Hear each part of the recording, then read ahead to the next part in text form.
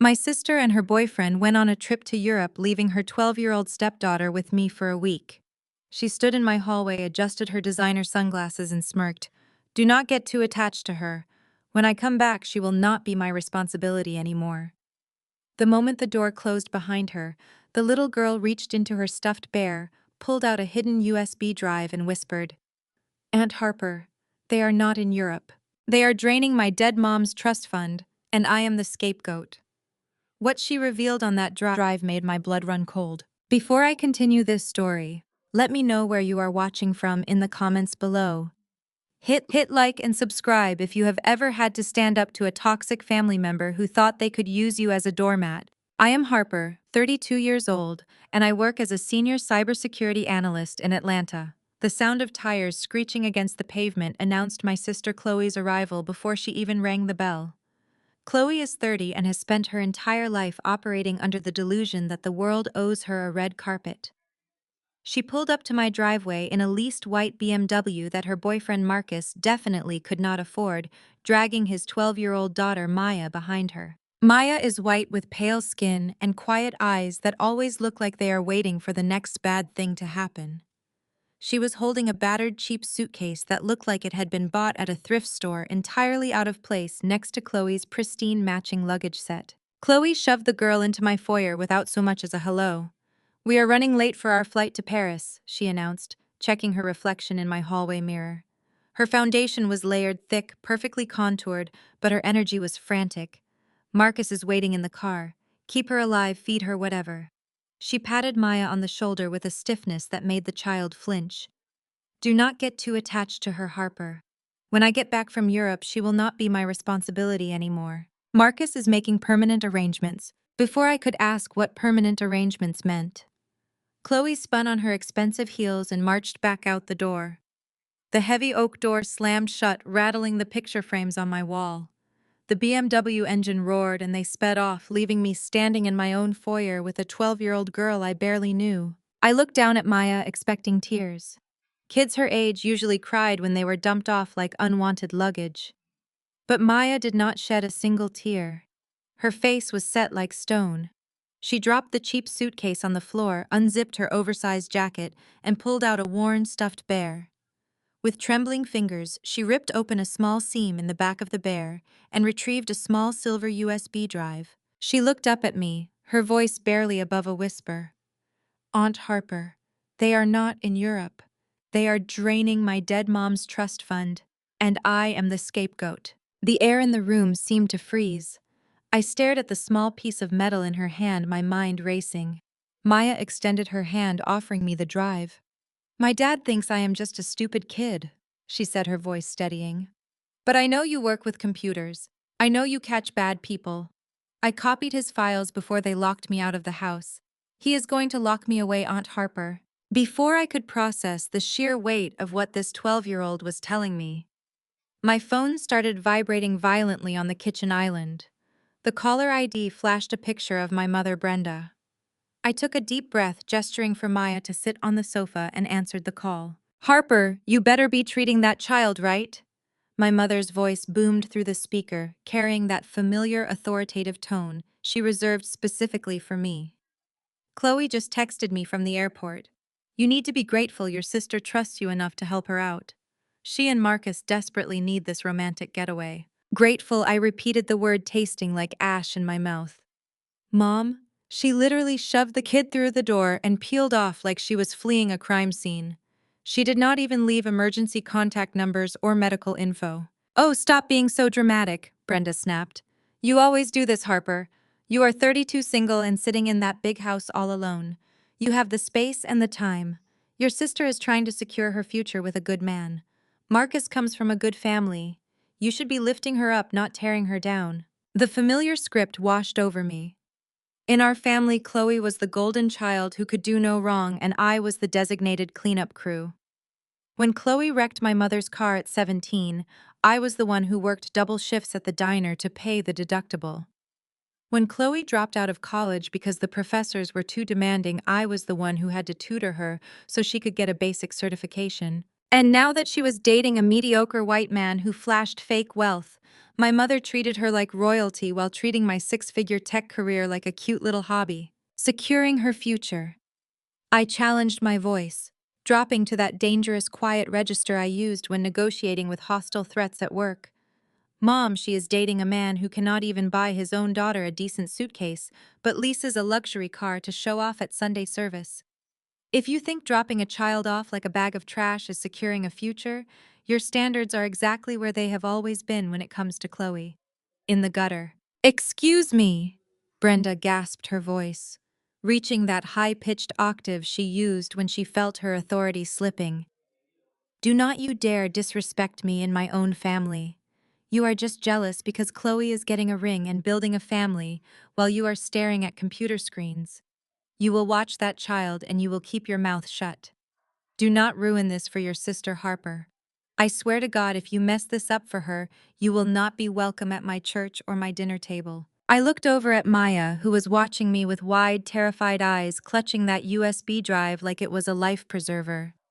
Enjoy your Sunday dinner, Mom, I said, my tone ice cold, because the menu is about to change. I ended the call without waiting for her response, tossing the phone onto the counter.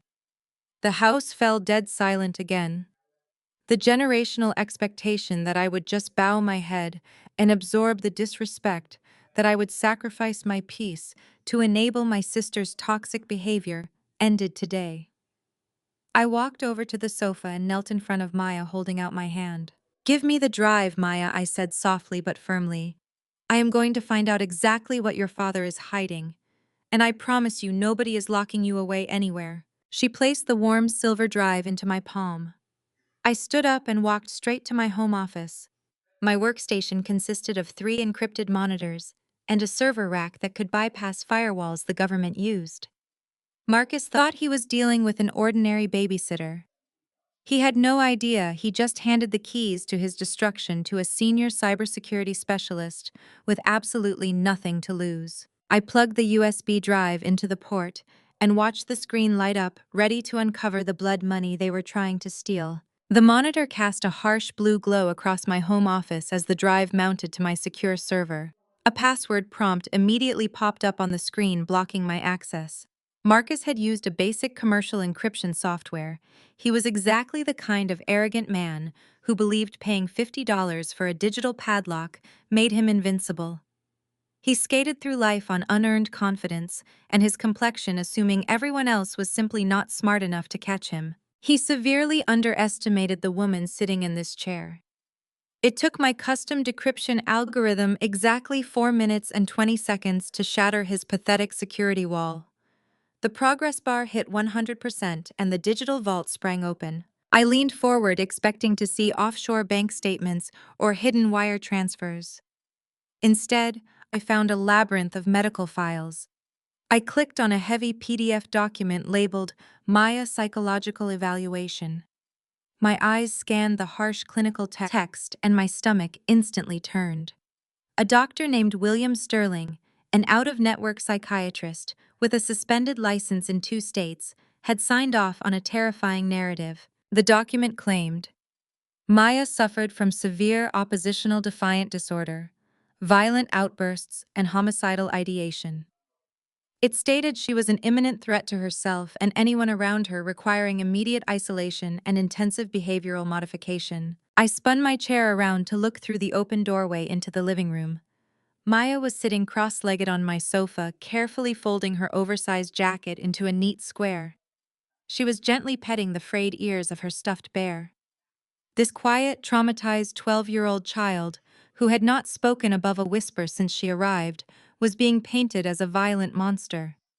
Marcus had paid a crooked doctor to fabricate a paper trail of absolute insanity. How was building a legal case to declare his own daughter mentally incompetent. I turned back to the screen, my pulse hammering violently against my ribs. I opened the next folder labeled Placement. It contained glossy digital brochures and intake forms for a facility called Desert Pines Wilderness Therapy, located deep in the barren, unforgiving deserts of Utah. I knew exactly what these places were. I had run cybersecurity audits for child advocacy groups investigating them. They were unregulated black sites for unwanted children. They used sleep deprivation, forced marches, and solitary confinement to break kids down mentally and physically. Marcus was not just sending her to a strict boarding school. He was sending her to a prison camp where she would disappear from the grid, entirely unable to use a phone or access the outside world, while he casually drained her dead mother's money. My hands began to shake with a rage so hot it blurred my vision. I opened the final PDF in the folder. It was the legal consent and liability waiver for Desert Pines. The camp required a primary guardian to sign away the child's basic human rights, authorizing the facility to use physical force and chemical restraints if they deemed it necessary.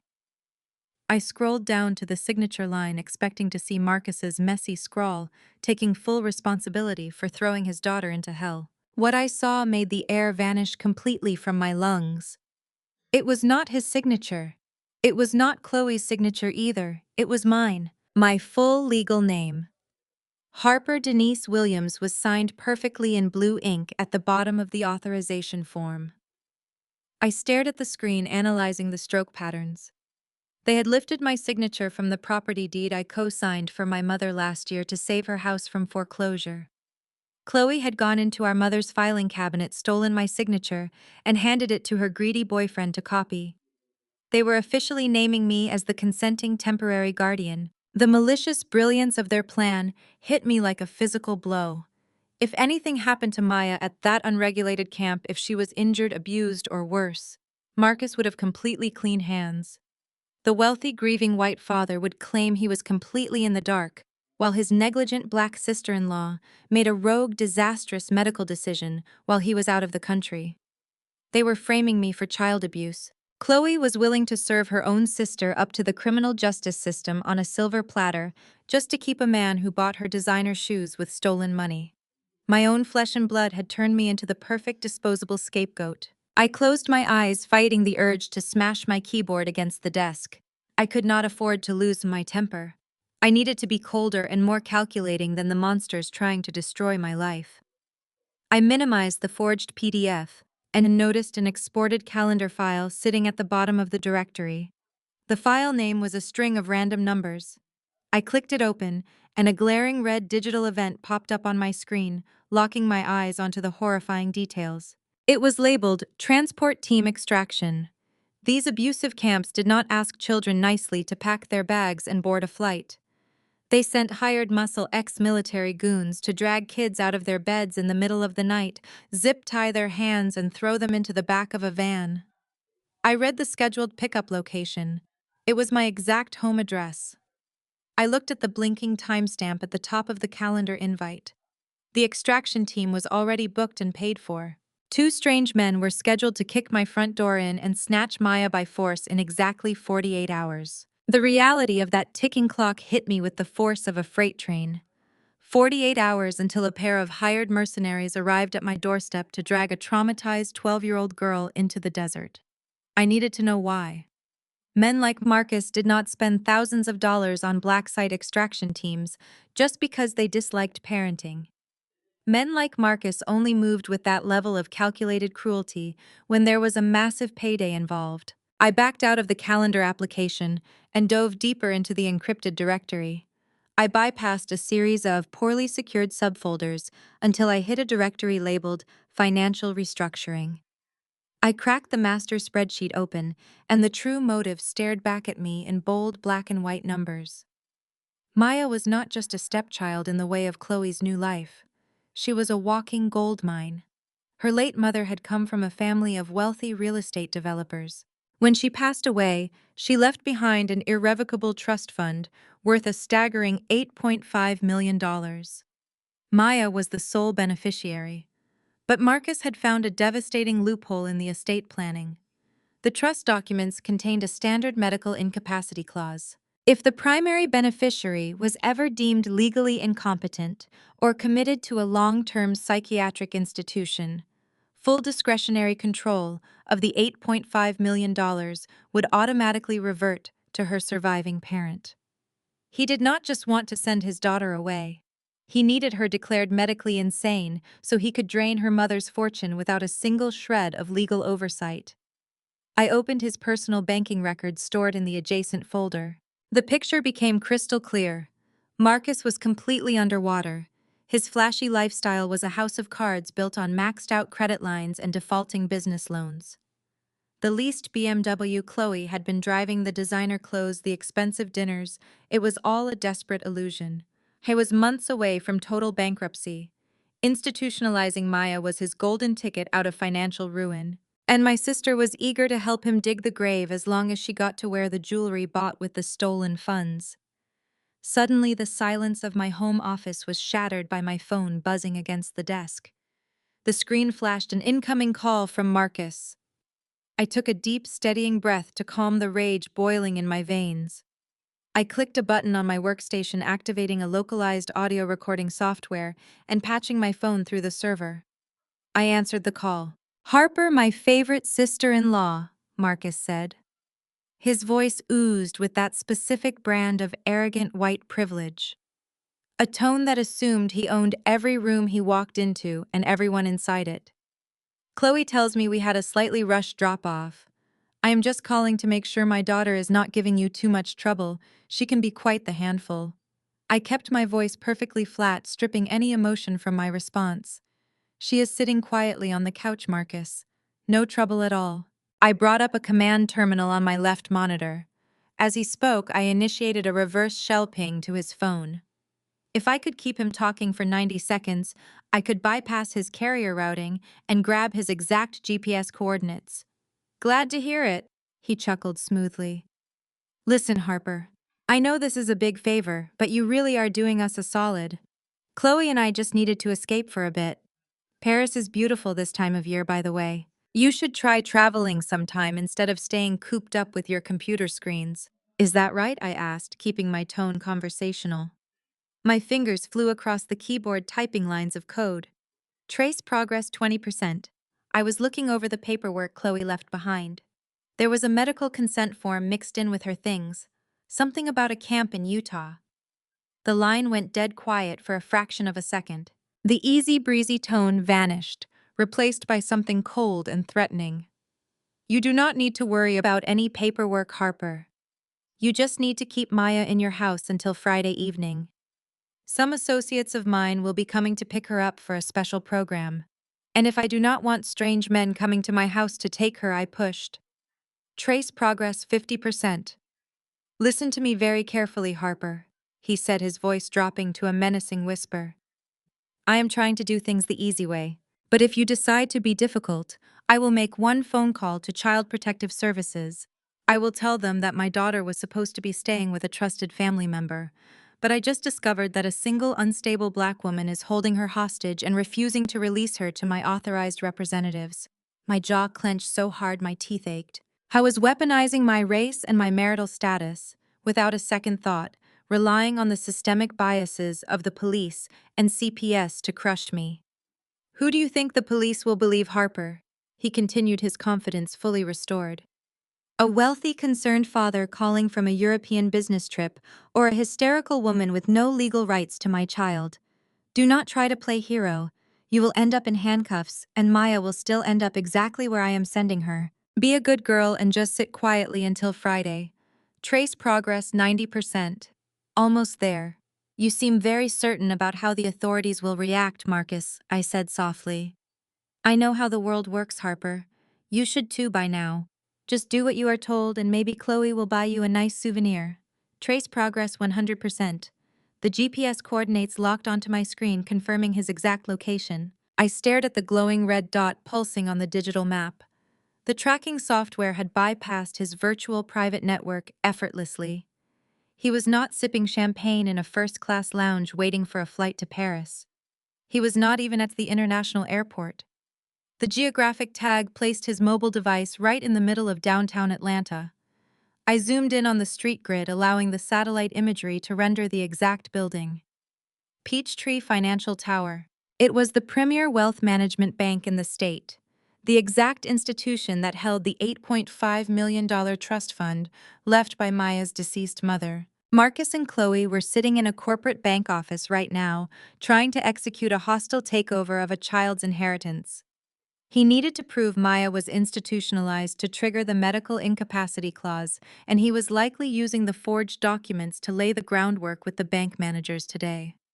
The absolute audacity of this man to threaten me with child protective services while committing federal wire fraud in broad daylight made my blood run cold. Before I could map out his network pathway any further, the sound of my front door violently swinging open echoed down the hallway. Heavy, aggressive footsteps stomped against the hardwood floor. I knew that specific cadence anywhere. It was my mother, Brenda. She still had an emergency key from when I traveled for security conferences last year. "Harper, get out here right now," my mother yelled, her voice echoing off the vaulted ceilings. I quickly minimized the tracking software on my monitors. I gave Maya a reassuring nod, pressing a finger to my lips to signal her to stay quiet.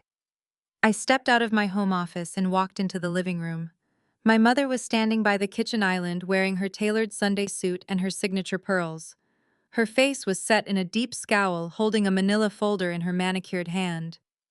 "What are you doing barging into my house, Mom?" I asked, keeping my posture relaxed but vigilant. "Do not start with your attitude today, Harper," she snapped, slapping the folder down onto the granite countertop. Chloe called me from the airport in a panic. She was so rushed this morning she forgot to leave the standard consent forms for Maya. "You need to sign this right now so I can scan it over to her. It is just a routine summer camp waiver for some outdoor program Marcus booked for the girl." I walked slowly toward the island. My eyes flicked from my mother's demanding glare down to the papers slipping out of the folder. I did not even need to read the fine print. I recognized the letterhead instantly. It was the intake liability release for Desert Pines Wilderness Therapy. The exact document Chloe had already forged my signature on. They must have realized the bank needed a physically notarized copy, or a freshly dated signature, to authorize the medical transport team they had hired. And they sent my own mother to do their dirty work. I looked at the woman who gave birth to me, feeling a profound sense of disgust. "You drove all the way across town to make me sign a summer camp waiver," I asked, my voice dangerously calm. "Since when do you run errands for Marcus?" "Since my eldest daughter is finally securing a husband who can provide for her," Brenda shot back, crossing her arms. "Marcus is a successful man, Harper. He has money and status. Chloe is stepping into a life of luxury, and this little girl needs some discipline before they officially tie the knot. Now pick up a pen and sign the paper." I did not touch the pen. Instead, I leaned against the counter and locked eyes with her. "You really think Marcus is a wealthy man, Mom?" I asked. "You think that leased BMW and those fake designer bags mean he has status? He is broke, he is drowning in debt, and he is trying to institutionalize a 12-year-old girl to steal her dead mother's trust fund." My mother scoffed, rolling her eyes toward the ceiling as if asking for divine patience.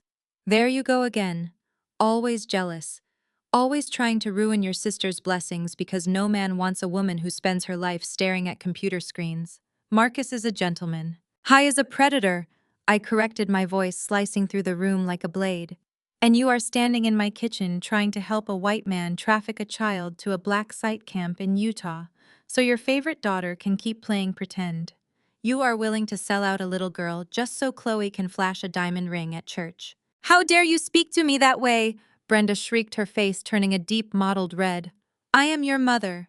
I demand respect in this family. You will sign this paper, or I will make sure everyone in our community knows exactly how bitter and unstable you are. I will have the pastor pray for your wicked heart this Sunday. I will completely disown you, Harper." I pushed the folder back across the granite. "Go ahead and disown me, Mom. It will save me the trouble of blocking your number. Get out of my house." My mother snatched the folder, her chest heaving with fury. "You are making a huge mistake, Harper. You just destroyed your place in this family." She spun around and marched toward the door, her heels striking the floor like hammer blows. She slammed the heavy front door so hard the house shook. I stood in the silence, letting the toxic energy settle. I had just severed ties with my mother, but I felt absolutely nothing but clarity. I turned and walked back into my home office where Maya was sitting quietly on the couch, her eyes wide.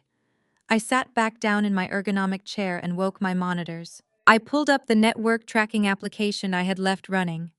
While I had Marcus's phone pinged earlier, I had deployed a silent packet sniffer to monitor the local area network at the Peachtree Financial Tower.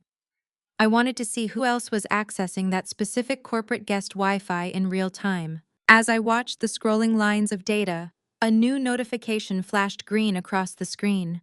A new mobile device had just securely handshaked with the exact network Marcus and Chloe were using inside the bank.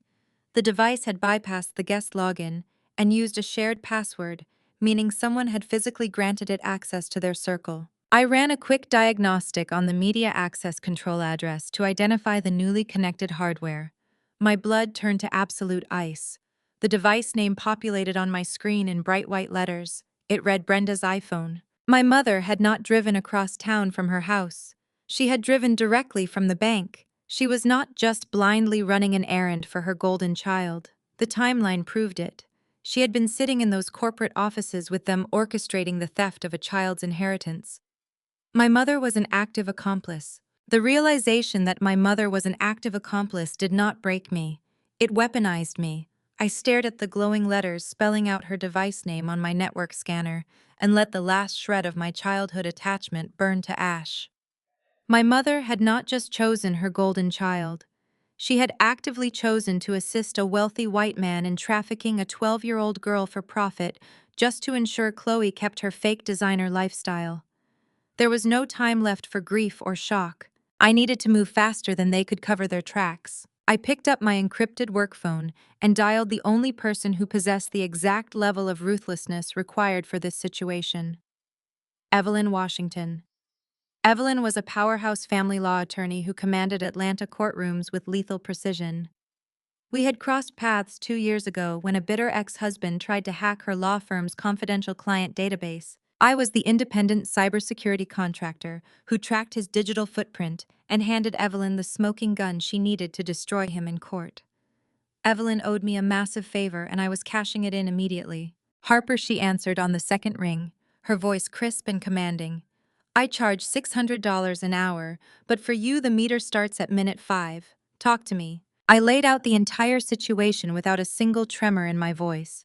I explained the exact mechanics of the $8.5 million trust fund, including the medical incapacity clause that Marcus was trying to trigger.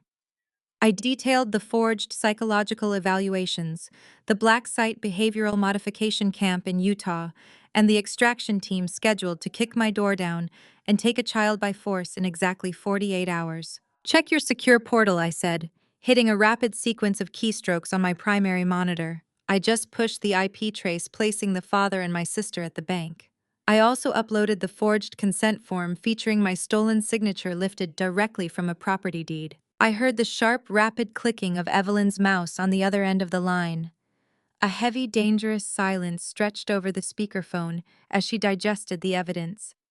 When Evelyn finally spoke, her tone was pure, absolute ice. They forged your signature to commit a child to an unregulated physical restraint facility just to trigger a medical loophole on a multi-million-dollar trust. And they are executing the bank transfer groundwork right now. Yes, I confirmed. And my mother is sitting in the lobby running interference for them. Give me 10 minutes. Evelyn commanded, the sound of her aggressive typing filling the background. I am drafting an ex parte emergency guardianship petition right this second. We are filing for immediate physical and legal custody based on imminent endangerment and federal financial fraud. I know Judge Carter personally. He absolutely despises arrogant men who think they can play God in his jurisdiction. We are going to lock this child down with a court order before Marcus can even finish his complimentary espresso at the bank. While Evelyn drafted the legal trap, my personal cell phone began to vibrate violently against my desk mat. It started as a low, persistent hum and quickly escalated into a chaotic symphony of notification chimes. I glanced at the locked screen. 8 missed calls from Aunt Shirley. 14 text messages from Cousin Denise. A massive flood of urgent alerts from the Greater Hope Fellowship private Facebook group. I swiped open the screen and the sheer magnitude of my mother's desperation stared back at me. Brenda had not wasted a single second after storming out of my kitchen. Realizing she had lost physical control of the situation, she immediately pivoted to controlling the narrative. She posted a long, tearful, heavily emoji-laced prayer request to the entire church congregation. Prayer warriors, please lift up my eldest daughter, Harper, the post read in bold, dramatic letters. Her mental health has taken a very dark and terrifying turn today. She has locked herself in her house and is refusing to return Chloe's sweet stepdaughter to her rightful father. Chloe is devastated and weeping in my arms. Marcus is terrified for his child.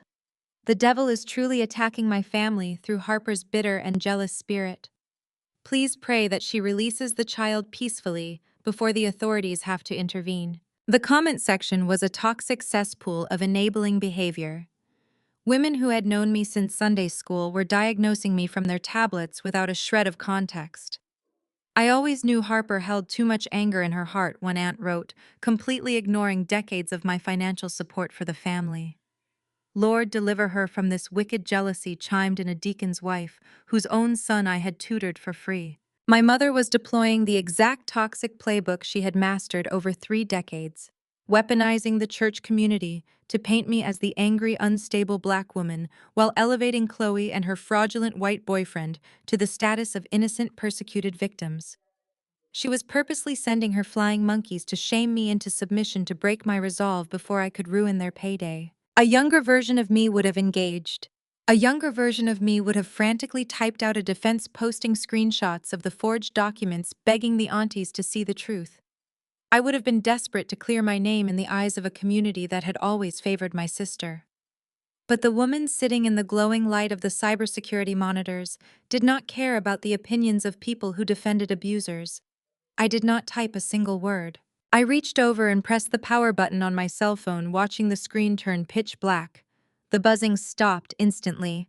The opinions of Brenda's choir circle could not save Marcus from a federal indictment. I turned my attention fully to the secure video conference link Evelyn had just opened on her end. Her face appeared on my right monitor, framed by the sleek mahogany shelves of her downtown office. She looked immaculate, dressed in a sharp, tailored suit, looking exactly like a shark smelling blood in the water. I have the petition ready, Evelyn said, her dark eyes rapidly scanning a legal document off-screen. I have meticulously attached your network logs, proving their geographical location, the forensic analysis of the forged signature, and the Utah facility's barbaric liability waiver. I am bypassing the standard clerk filing system and pushing this directly to Judge Carter's emergency digital docket for immediate review. Maya shifted on the sofa behind me, her small hands still clutching the frayed stuffed bear. She was watching me with an intensity that broke my heart, waiting to see if the adult world would fail her again. Do it, I told Evelyn, my voice unwavering. I watched Evelyn's manicured finger press down on her mouse. Submitted, she confirmed. The judge is reviewing it right now. But Harper listened to me closely. Marcus is not going to wait for the Utah extraction team if he thinks his money is in jeopardy. Evelyn was absolutely right. Marcus was not going to wait for the Utah extraction team if he thought his money was in jeopardy. Desperate men with maxed-out credit cards and fragile egos did not play the long game. They panicked. They made rash decisions. I needed to know exactly what he was doing on that bank network right this second. I disconnected the video call with Evelyn and immediately pivoted back to the command terminal where my packet sniffer was still actively pulling data from the Peachtree Financial Tower. Marcus had made a fatal error. He was conducting high-level financial transactions over a shared network connection, while his phone was already compromised by the reverse shell I had planted during our earlier conversation. His digital hygiene was arrogant and sloppy. He assumed because he was sitting in a plush leather chair in a glass-walled corporate bank office that he was untouchable. He had no idea that a woman sitting in a home office miles away was currently riding his network traffic like a digital parasite. My fingers flew across the mechanical keyboard, initiating a session hijacking protocol. I isolated his specific authentication token. He was logging into the primary wealth management portal. I injected a specialized payload into his data stream, capturing his session cookie in real time. The terminal screen flickered for a fraction of a second before a new window opened on my center monitor. I was no longer just tracking his location. I was mirroring his exact screen. I was inside the bank portal with him, watching his every move as if I were standing right over his shoulder. The interface displayed the Maya Estate Irrevocable Trust. The total balance gleamed in bold green numbers, verifying the $8.5 million. But the primary accounts were locked restricted by the estate planning rules until Maya turned 25 or was deemed medically incapacitated. However, Marcus had found a vulnerability in the trust structure. There was a provisional medical emergency disbursement clause designed to release funds for immediate healthcare crises. I was exploiting it right now using the forged psychiatric evaluations to justify a massive withdrawal before the camp transport team even arrived. I watched the cursor move across the screen. Marcus clicked on the wire transfer module. He typed in the disbursement amount, $100,000, a clean six-figure withdrawal. My jaw clenched as I waited to see the destination routing number. I expected him to wire the funds to the Utah Black Site Camp to cover the extraction fees, or perhaps directly into his own failing business accounts to stave off his creditors. But as the destination account information populated on the screen, the breath completely left my lungs. The routing number belonged to a local Chase Bank personal checking account. The account holder name flashed across the screen in stark black letters. Chloe Jenkins, my sister. I stared at the name, unable to blink. Chloe was not just a naive woman blinded by a wealthy white man. She was not a passive participant going along with a terrible plan to secure her engagement ring. She was a contracted mercenary. She was actively getting paid $100,000 to help traffic her 12-year-old stepdaughter. But the betrayal cut even deeper than that. Chloe knew that Marcus had forged my signature on the camp consent forms. She knew that by placing my name on those documents, she was legally framing me for the kidnapping and abuse of a minor. My own sister was willing to let a single black woman take the fall for a federal crime, willing to let me rot in a state penitentiary, just so she could get a six-figure payday. She was selling my freedom and Maya's life for shopping sprees and luxury vacations. A cold, absolute calm washed over me. The last remaining fragments of family loyalty I held for Chloe shattered into a million irreparable pieces. I was no longer just defending Maya. I was going to obliterate the people trying to destroy us. I activated an automated scraping script. My system began taking high-resolution screenshots of every single click, every keystroke, and every digital signature Marcus applied to the wire transfer. I downloaded the raw XML data of the transaction, capturing the exact IP address, timestamp, and device identification numbers. I secured the financial logs, creating an unassailable chain of digital evidence that no high-priced defense attorney could ever dispute in a court of law. I then copied the entire data packet to 3 separate encrypted offshore cloud servers, ensuring that even if my physical house burned to the ground tonight, the evidence would survive. On the screen, Marcus clicked confirm. The $100,000 vanished from the trust fund and instantly settled into Chloe's personal account. The theft was complete. They had crossed the threshold from planning a crime to actively committing federal wire fraud. I leaned back in my chair, my eyes locked on the confirmation receipt. I had them. I had the exact leverage I needed to bury them both under the prison. Suddenly, the harsh ringing of my secure line shattered the silence in my office. I glanced at the caller ID. It was Evelyn. She was calling back much sooner than I expected. I snatched the phone off the desk and answered. "We have a massive problem," Evelyn said. Her usual composed courtroom voice was tight-laced with genuine urgency. "What happened?" I asked, my posture instantly straightening. "Did the judge reject the petition?" "No," Evelyn replied rapidly. Judge Carter reviewed the evidence. He saw the forged signature and the Utah camp liability waiver. He was furious. He bypassed the standard waiting period and expedited the hearing. "He is signing the emergency guardianship order right now, granting you immediate physical and legal custody of Maya." "Then what is the problem?" I demanded. Evelyn took a sharp breath. "The problem is the court clerk system. When I pushed the emergency filing through the digital docket, it automatically triggered a notification algorithm. Marcus has an extremely expensive, aggressive corporate lawyer on retainer. That lawyer pays a subscription service to monitor the county court dockets for any filings containing his clients' names." My blood ran cold. The implications hit me instantly. The automated system flagged, Marcus's name, the second judge. Carter opened the file. Evelyn continued, her voice dropping to a grim warning. His lawyer just received a real-time alert that an emergency custody petition was filed against him. He knows Harper. Marcus has been tipped off about the legal maneuver. He knows you found out, and he knows the court is moving against him. He is not going to wait until Friday anymore. He is going to come for that child right now. The line went dead. The legal system was supposed to be a shield, but wealth and privilege had just turned it into an alarm bell for a predator. Marcus had the heads up. He was currently making a mad dash to my house to snatch Maya before the judge could finalize the ink on the physical order. A normal person would have panicked, barricading the doors and calling the local police. But the police were the exact weapon Marcus planned to use against me. I needed leverage that would completely annihilate his false narrative before he stepped foot on my property. Marcus thought he was the smartest person in the room. But his fatal flaw was the woman sitting right next to him. Chloe was incredibly arrogant and remarkably lazy. She always relied on me to fix her tech issues. I remembered setting up her first Apple account in college.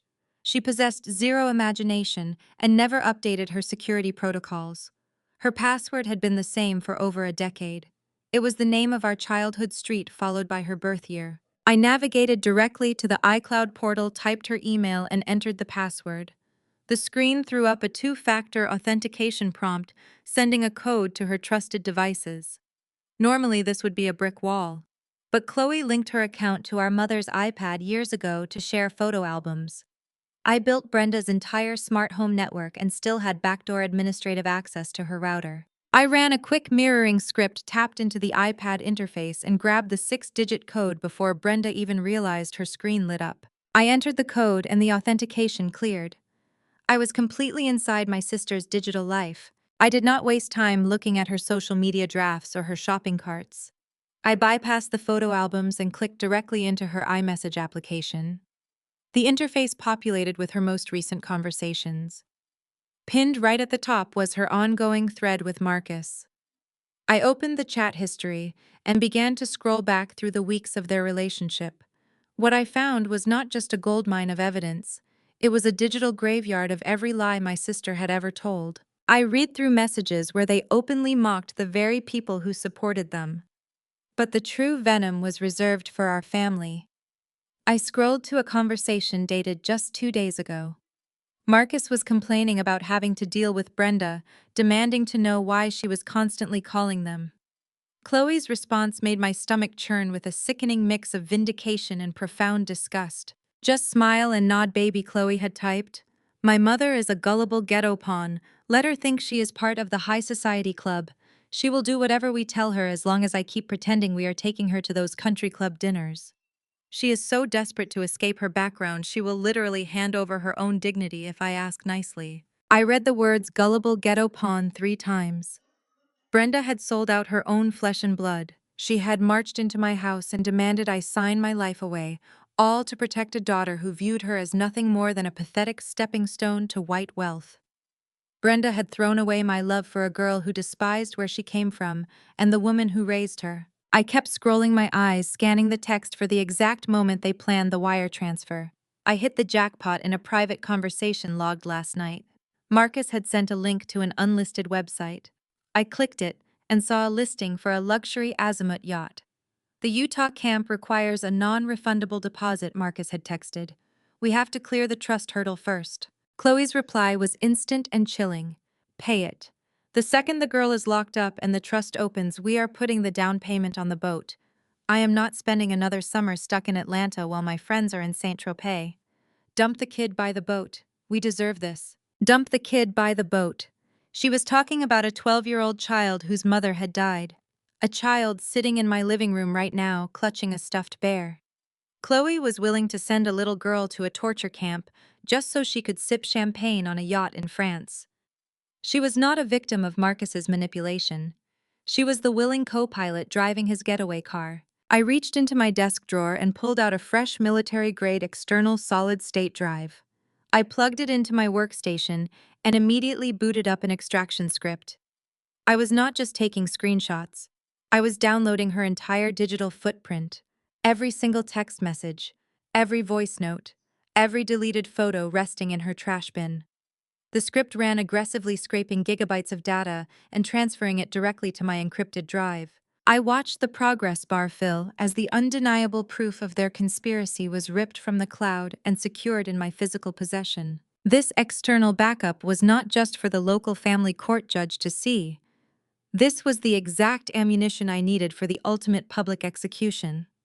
Chloe and Marcus thought they were coming to my house tonight to intimidate a defenseless black woman and illegally kidnap an innocent child.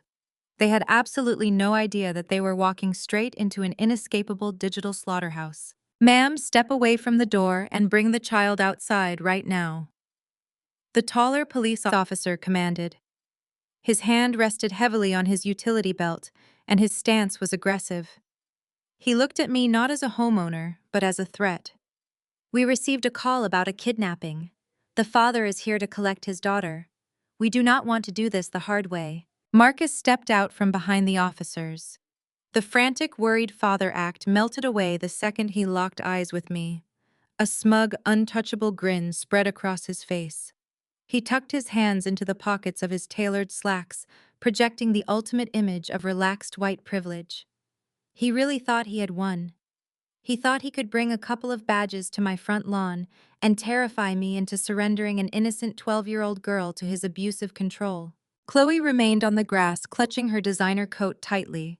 She let out a theatrical sob for the benefit of the neighbors watching from their driveways. "Please, Harper," she cried out, her voice carrying through the cool night air. "Just give Marcus his daughter back. Do not make this worse than it already is. You are acting crazy. Just let her come home with us." My own sister was actively trying to get me arrested. She was feeding the officers the exact narrative they needed to justify using force against me. A single black woman acting crazy and holding a child hostage. It was a lethal combination of words in this country. "Are you going to comply, or are we going to have a problem here?" the second officer barked, stepping onto the bottom stair of my porch. He shined his heavy tactical flashlight directly into my eyes, attempting to blind and disorient me. I did not raise my hands in surrender. I did not raise my voice in panic. I did not give them a single ounce of the hysterical reaction Marcus was banking on. Instead, I stood my ground on my porch and looked directly past the blinding beam of the flashlight. "There is no problem, officers," I said. My voice was calm, measured, and completely devoid of fear. Two local patrol cops trying to intimidate me on my own property were not going to make me sweat. There has been no kidnapping. The child is inside my home where she is legally required to be. Marcus scoffed loudly, shaking his head. "Officers, she is clearly delusional. I am the biological father. I have full custody. She has zero legal rights to Maya. I want my daughter brought out here right now, or I want her arrested for parental interference." The lead officer took another step up the porch stairs, pulling handcuffs from his belt. His patience was visibly gone. "Ma'am, this is your last warning. Go inside and get the girl, or you are being detained." I maintained steady eye contact with the lead officer. "Officer, I am going to reach into the right pocket of my trousers," I announced, clearly narrating my movements so there could be no tragic misunderstandings. "I am retrieving a legal document." I moved my hand slowly and deliberately. The officers tensed, but I smoothly pulled out the physical copy of the ex parte emergency guardianship petition Evelyn had securely couriered to my house 30 minutes prior. I unfolded the thick legal paper and held it out toward the officer. He snatched it from my hand with a grunt of annoyance, expecting to see a fake internet printout. He shined his tactical flashlight onto the paper. I watched his eyes scan the header. I watched him read the bold black text. I watched his gaze drop to the bottom of the page where the official raised seal of the Atlanta Family Court sat right next to the unmistakable digital signature of Judge Carter. The transformation was instantaneous. The aggressive tension drained out of the officer's shoulders. The hand holding the handcuffs slowly dropped back down to his side. He read the document a second time, his lips moving silently over the legal jargon. He swallowed hard. Judge Carter was notoriously harsh on patrol officers who violated his direct orders. "Is there a problem, officer?" Marcus asked, his smug grin faltering slightly as he noticed the sudden shift in the atmosphere. "Just grab the kid. We have a flight to catch." The lead officer slowly turned around to face Marcus. He held the document up, illuminating the court seal for Marcus to see. "Sir, I cannot do that," the officer said, his voice stripped of its previous hostility. "What do you mean you cannot do that?" Marcus snapped, dropping his relaxed posture and taking an angry step forward. "I am her father. I called you here to do your job." The officer took a step back, creating distance between himself and Marcus. "Sir, this is a freshly stamped emergency guardianship order signed by a superior court judge. It grants this woman immediate physical and legal custody of your daughter effective as of 1 hour ago." Marcus froze. His jaw went slack. The untouchable white knight facade completely shattered into a million irreparable pieces. He stared at the piece of paper as if it had just caught fire. "That is impossible," he stammered, his voice rising in pitch. "That is a fake document. She forged it. I am the father. I have the rights. Arrest her." The second officer walked over and inspected the document, confirming the seal. "It is a legitimate court order, sir. The judge has specifically suspended your custodial rights pending a full hearing. If you want to dispute this, you need to take it up with the family court on Monday morning. But right now, tonight, this woman has full legal authority over the child. We cannot compel her to hand the girl over to you. In fact, if you try to take her, we will be forced to arrest you for violating a judge's direct order." Chloe stopped her fake sobbing instantly. Her hands dropped from her face, revealing her perfectly intact makeup. "Marcus," she hissed, grabbing his arm. "What is he talking about? Do something. Get Maya out here." Marcus ignored her. His face turned a dangerous shade of crimson. The realization that he had been completely outplayed by the very woman he thought he could easily crush was breaking his mind. He glared at me, his eyes filled with pure, unadulterated venom. "You think you are so smart," he snarled, taking a threatening step toward my porch. "You think a piece of paper is going to stop me from taking what is mine." The two police officers immediately stepped between Marcus and my porch, raising their hands to block his path. "Sir, step back," the lead officer commanded sharply. The dynamic had completely flipped. Marcus was no longer the aggrieved victim. He was now an angry, volatile man attempting to violate a court order in front of law enforcement. "You need to leave this property right now, sir," the second officer warned, resting his hand back on his utility belt. "If you take one more step toward this house, you are going in the back of my cruiser." I stood on the porch looking down at Marcus. The victory tasted incredibly sweet, but I knew the execution was not over yet. I folded my arms across my chest and gave him a slow, deliberate nod. "You should listen to the officers, Marcus," I said, my voice carrying clearly over the night air, "because this piece of paper is just the beginning." The silence that followed my statement hung heavy in the cool night air. The revolving red and blue lights painted Marcus in harsh, shifting colors, highlighting the absolute panic cracking through his perfectly groomed exterior. He opened his mouth to launch another desperate lie, but the soft click of my front door opening cut him off completely. I did not turn around. I knew exactly who was stepping onto the porch. Maya walked out of the shadows of the foyer and into the glaring light of the tactical flashlights. She was no longer clutching the frayed stuffed bear. Her posture had changed entirely. The trembling 12-year-old girl who had been shoved into my house just hours earlier was gone. In her place stood a child who had finally realized she was standing behind an impenetrable shield. Her small hands were steady as she held the cheap prepaid burner phone I had told her to keep ready. Marcus lost whatever shred of sanity he was desperately holding on to. The sight of his daughter standing freely next to me, safely out of his physical reach, caused his abusive instincts to short-circuit his public performance. The frantic, concerned father act vanished in a split second. His face contorted into a mask of pure, unhinged rage. "Get down here right now, Maya," he barked. His voice was a terrifying, guttural whip crack. It was not the voice of a worried parent begging for his child. It was the harsh, demanding command of a warden ordering a prisoner back into a cell. The tone was so viscerally violent that both police officers physically flinched. Their hands immediately drifted back to their duty belts.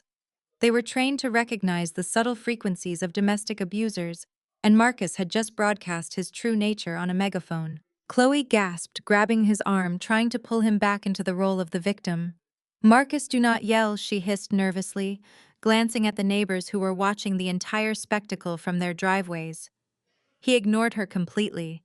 His eyes were locked on his daughter, burning with a sickening promise of retaliation. I said, "Get off that porch and get in the car, Maya. You are coming home with me right this second, or you are going to deeply regret it." I stepped slightly in front of Maya, ready to physically block him if he tried to rush the stairs. But Maya gently placed her hand on my forearm. She stepped around me, walking directly toward the edge of the porch. She stopped just 2 feet away from the lead police officer. She did not look at her father. She looked up at the officer wearing the badge. "I am not going anywhere with him," Maya said. Her voice was clear, ringing out into the quiet suburban street. "He is a bad man. He hurts me, and he wants to steal my mother's money." Marcus lunged forward, roaring with fury. "You lying little brat!" The second officer instantly stepped into Marcus's path, pressing a heavy hand directly against the center of his chest. "Take one more step toward that child and you will be face down on this concrete," the officer warned. The threat of immediate arrest hung thickly in the air. Maya did not flinch at her father's outburst. She simply held up the burner phone toward the lead officer. "I recorded him," she explained calmly. "I recorded him the night he realized I knew about the bank accounts." She pressed the play button on the screen and turned the speaker volume to the absolute maximum. The audio recording began to play, cutting through the hum of the idling police cruisers. The sound quality was incredibly crisp. Marcus's voice echoed from the small device, dripping with venom and cruelty. It was a stark contrast to the polite, wealthy gentleman routine he had tried to sell to the police just 10 minutes ago. "Listen to me, you little freak!" the recorded voice of Marcus snarled. "I am your father, and I control everything. You breathe because I allow it. If you ever mention your mother's trust fund again, or if you tell anyone about the money I am withdrawing, I will drag you down to the unfinished basement. I will lock the door from the outside, and I will leave you down there in the dark until you forget your own name. Do you understand me? You are going to sign whatever paper I tell you to sign, or I swear to God, I will make you wish you were dead." The audio continued with the sickening sound of a heavy physical slap, followed by a child's muffled cry. Then the recording clicked off. A deadly, suffocating silence descended over my front lawn. The neighbors standing on their sidewalks stared in absolute horror. Chloe took a stumbling step backward, physically distancing herself from Marcus as the reality of her situation came crashing down around her. She was engaged to a monster, and the entire world had just heard the proof. The lead officer stared at the phone in Maya's hand, his jaw set in a tight, furious line. He slowly lifted his gaze and locked eyes with Marcus. The deference, the polite caution, the benefit of the doubt usually afforded to wealthy white men in these situations evaporated instantly. The officer was looking at a child abuser. "Sir," the lead officer said, his voice dangerously low, "I suggest you turn around, walk to your vehicle, and leave this neighborhood immediately." Marcus opened his mouth, his face devoid of all color, but no words came out. The overwhelming weight of his public humiliation had finally crushed his arrogance. The evidence was irrefutable. He had been exposed in front of the police, in front of an entire neighborhood, and in front of the black woman he thought he could easily intimidate and destroy. He had no power left. His authority was completely gone. "If you are still standing on this grass in 30 seconds, I am placing you under arrest for communicating threats to a minor," the second officer added, unbuckling the retention strap on his holster. "Move, now." Marcus swallowed hard. His chest heaved as he looked from the officers to me and finally to Maya. He found no mercy anywhere. Defeated, stripped of his dignity, and utterly disgraced, he turned on his heel. He did not say another word. He marched aggressively toward his leased white BMW parked in the street. Chloe scrambled after him, her designer coat flapping in the night breeze. She tried to grab his arm, but he violently shoved her away, leaving her to stumble blindly toward the passenger side door. The neighbors whispered and pointed as the couple practically threw themselves into the vehicle. The BMW engine roared to life, the tires squealing against the asphalt as Marcus threw it into drive and sped away into the night, desperately fleeing the scene of his own destruction. The police officers stood on the lawn watching the taillights disappear around the corner. They turned back toward the porch, their expressions softening as they looked at Maya. "You are a very brave young lady," the lead officer told her. "You are safe here tonight. We will document everything and pass this recording along to the detectives handling the family court case in the morning." I thanked the officers, formally handing them a digital copy of the audio file I had already transferred to a secure flash drive. As the squad cars finally pulled away from my house, turning off their flashing lights, the heavy darkness of the suburban night returned to normal. I placed my hand on Maya's shoulder and guided her back inside the house, locking the heavy oak door behind us. We had won the battle on the porch, but the ultimate war was just beginning. I moved silently through the dim light of my living room, avoiding the areas where my silhouette might be visible from the street. I approached the large front window and peeled back a tiny sliver of the wooden blind to watch their humiliating retreat.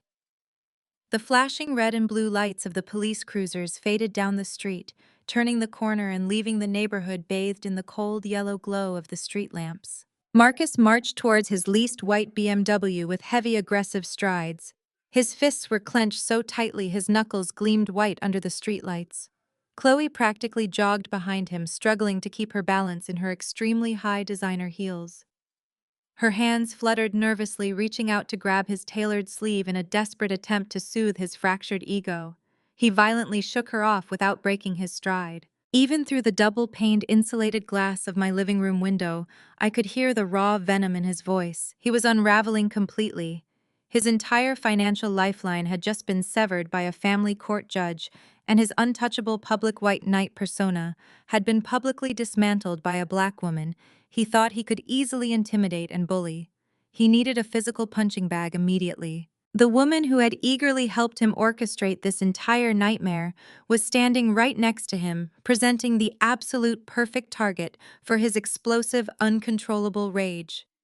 Chloe was frantically trying to calm him down, using that placating, high-pitched tone she always deployed when she was in deep trouble and wanted something fixed quickly. I could clearly read her lips and catch frantic fragments of her desperate pleading. She was telling him they could still fix the situation, that our mother would find a way to manipulate the system and get Maya back before the week was over. Marcus spun around so fast Chloe collided directly with his solid chest. He grabbed her aggressively by the shoulders and shoved her forcefully backward against the passenger side door of the BMW. The heavy thud of her fragile body hitting the expensive metal echoed loudly into the night. "You stupid, incompetent fool!" he screamed, his voice carrying perfectly across the manicured lawns of my quiet subdivision. "You said she was just some pathetic little computer nerd. You said she would roll over and do whatever your domineering mother told her to do. You cost me $8 million tonight." Chloe raised her hands defensively, shaking her head frantically side to side. "Marcus, I did not know she would get a ruthless lawyer. I swear I did not know she would go to a judge." Her pathetic excuses meant absolutely nothing to a malignant narcissist facing total financial ruin and a potential federal indictment. Marcus drew his right arm back. He did not hesitate for a fraction of a single second. He did not even care that they were standing in a suburban driveway where anyone could be watching from their windows. He delivered a vicious backhanded slap across Chloe's face. The sharp, sickening crack of his heavy hand striking her soft skin pierced the cool night air. The brutal force of the blow snapped Chloe's head violently to the side and sent her crumbling down to the cold pavement. She landed hard, scraping her bare knees against the rough concrete. She stared up at him in absolute shock, clutching her rapidly swelling cheek, while hot tears ruined her flawless, expensive makeup. Before Marcus could actually unleash another wave of physical abuse, the loud screech of tires tore through the quiet neighborhood. A familiar silver Lexus SUV swerved roughly into the space right behind the BMW, parking at a jagged, chaotic angle. My mother Brenda threw the car into park and scrambled frantically out of the driver's seat. She had clearly rushed over to play backup for her golden child and the wealthy boyfriend she idolized so deeply. Brenda had a direct, unobstructed line of sight. She watched Marcus violently strike her daughter. She saw Chloe cowering on the concrete, clutching her bruised face in pure terror. Any real mother would have turned into an unstoppable protective force of nature. Any real mother would have placed herself directly between the violent abuser and her vulnerable child, ready to draw blood to protect her own flesh and blood. But Brenda did not run to Chloe. She did not even look down at the weeping daughter she claimed to love more than anything else in this world. Instead, Brenda rushed straight toward Marcus, completely ignoring the victim on the ground. She placed her hands gently on his tense arms, her face twisted into an expression of desperate apologetic sympathy. "Oh, Marcus, I am so deeply sorry," she cooed, completely ignoring her injured daughter, whimpering on the ground beside the front tire. "This whole tragic night has been so incredibly stressful for you."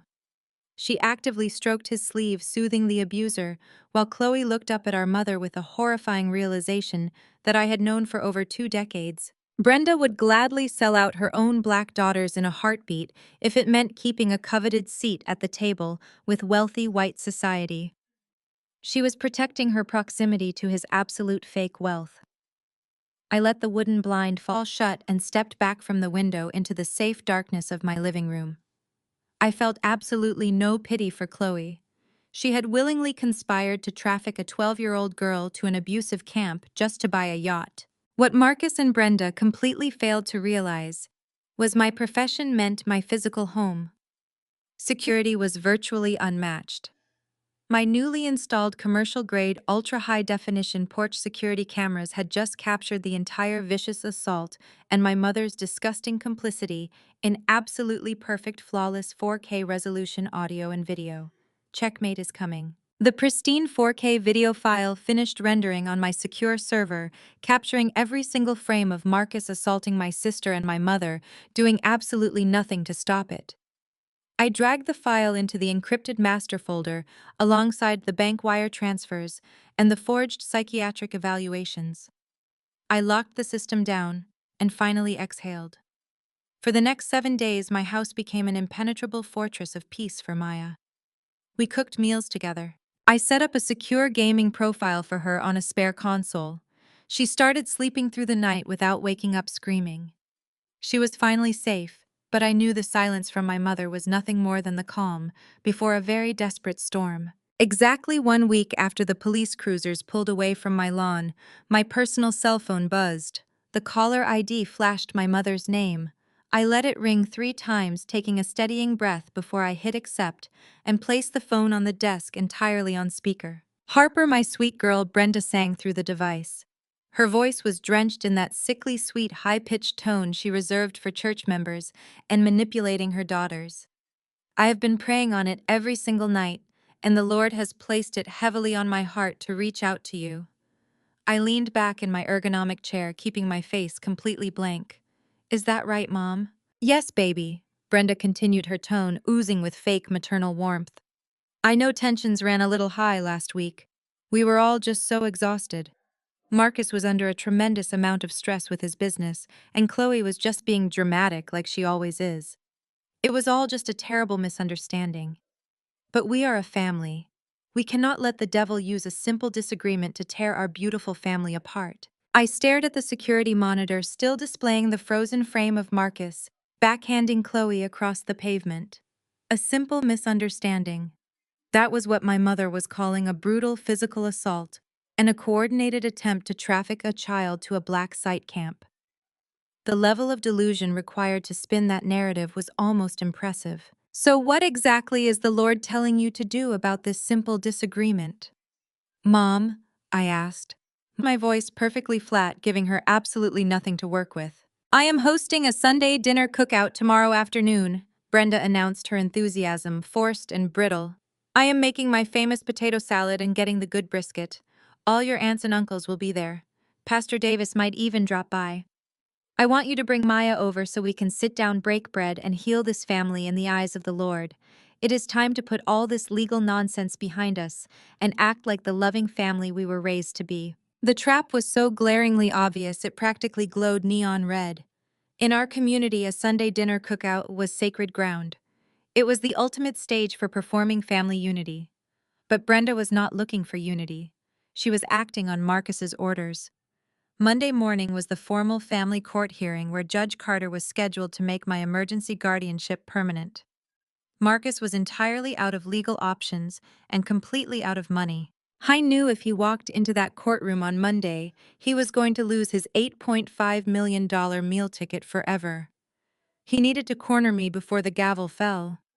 He needed a controlled environment surrounded by enabling family members who would pressure, shame, and physically intimidate me into handing Maya back to him to save the family reputation. I knew for a fact he would bring his sleazy private attorney to the cookout to shove a withdrawal of guardianship form in my face, while my aunts and uncles guilt-tripped me about breaking my mother's heart. "That sounds wonderful, Mom." I lied, my voice smooth as glass. "You are absolutely right. We should settle this face to face. Maya and I will be there tomorrow at 3. "Oh, praise God." Brenda sighed, her relief so palpable it leaked through the speaker. I knew my smart girl would come to her senses. "Dress nice, Harper. We are taking family pictures. See you tomorrow." The second the call disconnected, I picked up my encrypted work phone. The time for defensive maneuvers was officially over. I dialed Evelyn Washington. She picked up immediately. "Tell me you have a reason for interrupting my Saturday morning prep," Evelyn said, her voice sharp and focused. They took the bait, I told her. "Brenda just invited me to a Sunday dinner ambush.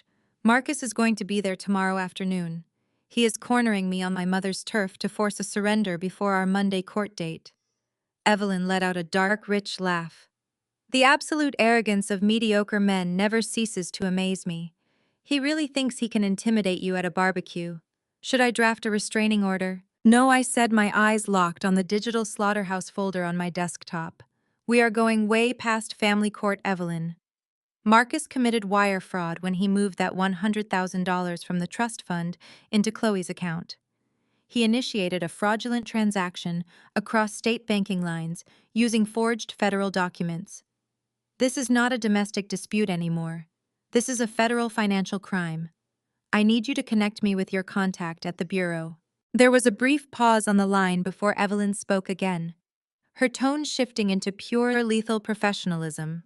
"You mean Special Agent Thomas, the one who handles high-profile white-collar crimes for the local field office?" "Exactly," I confirmed. "You introduced us at that cybersecurity gala last year. I need you to call him right now. Tell him I have a neatly wrapped package containing irrefutable proof of interstate wire fraud, forgery, and conspiracy. Tell him the primary suspect is going to be sitting in a lawn chair eating brisket tomorrow at 3 p.m., and he is a flight risk because his bank accounts are completely empty." "I will make the call," Evelyn said, her voice buzzing with adrenaline. "Send me the encrypted payload. I will have Agent Thomas review the server logs and the bank transfer records within the hour. If the evidence is as bulletproof as you say it is, the Bureau will not pass up an easy caller like this." For the next 48 hours, I did not sleep. I operated on pure, absolute focus. I uploaded the comprehensive evidence files to the federal secure Dropbox Agent Thomas provided. I spent hours on a secure conference call with him and Evelyn, walking the federal investigators through the precise digital breadcrumbs Marcus had left behind. The FBI agent was astounded by the sheer volume of high-resolution evidence I had acquired. From the bank routing numbers to the iCloud text messages, detailing their premeditated plan, to the ultra-high-definition security footage of Marcus violently assaulting my sister. The federal prosecutors had everything they needed to fast-track an arrest warrant. By Sunday morning, the operation was completely set. I walked into the guest room and found Maya sitting on her bed reading a book. I sat down next to her and smoothed her hair. "We have a family dinner to attend today, Maya," I told her softly. "There are going to be a lot of people there who might say unkind things. Your father is going to be there. But I promise you on my life he is never going to lay another finger on you. Today is the last day you ever have to be afraid of him. Are you ready to go?" Maya looked up at me. The fear that used to cloud her vision had been replaced by a quiet, unshakable trust. She nodded firmly. "I am ready, Aunt Harper." I walked into my master bedroom and opened my closet. Brenda wanted me to dress nice for family pictures. I reached for my sharpest tailored pantsuit. I was not dressing for a family reunion. I was dressing for a public execution. I was going to burn the golden child illusion to the ground and let the federal government haul the ashes away. I checked my phone one last time, confirming the signal from Agent Thomas. The trap was fully armed. All I had to do was walk right into it. The drive to my mother's house in the sprawling Atlanta suburbs took exactly 35 minutes. I used every single one of those minutes to lock my emotions away inside an impenetrable mental vault. There was absolutely no room for hesitation today. I pulled my matte black SUV up to the curb, aligning it perfectly behind a long row of vehicles belonging to my extended family and members of the Greater Hope Fellowship congregation. I turned off the ignition and looked at Maya sitting in the passenger seat. She was wearing a bright yellow sundress, and her hair was braided neatly, adorned with matching yellow clips. She looked vibrant, healthy, and completely secure. She did not look anything like the heavily medicated, dangerous psychiatric patient her father had claimed her to be on those forged medical documents. We stepped out of the vehicle, and the heavy, humid Georgia air immediately hit my skin. The rhythmic, thumping bass of old-school R&B music echoed from Brenda's expansive backyard, mixing with the rich, smoky aroma of hickory wood and slow-roasted brisket. It was the quintessential African-American Sunday cookout setting, a stage carefully designed to project an image of flawless familial harmony to the neighborhood. I adjusted the lapels of my tailored emerald green pantsuit. The color was deliberate. It projected wealth, authority, and unshakable confidence. I slipped on my designer sunglasses, grasped Maya's small hand in mine, and walked purposefully toward the wooden side gate. The moment I pushed the heavy wooden gate open and stepped onto the manicured grass, the atmosphere in the backyard shifted violently. It was as if someone had pulled the plug on the outdoor speakers. The loud, boisterous laughter originating from the patio tables completely evaporated. Dozens of eyes snapped in my direction. I scanned the yard, taking inventory of the crowd. Aunt Shirley was holding a pair of stainless steel tongs over the potato salad freezing mid-scoop. Cousin Denise was whispering furiously behind a red plastic cup, her eyes darting between me and Maya. The flying monkeys had been thoroughly briefed by my mother.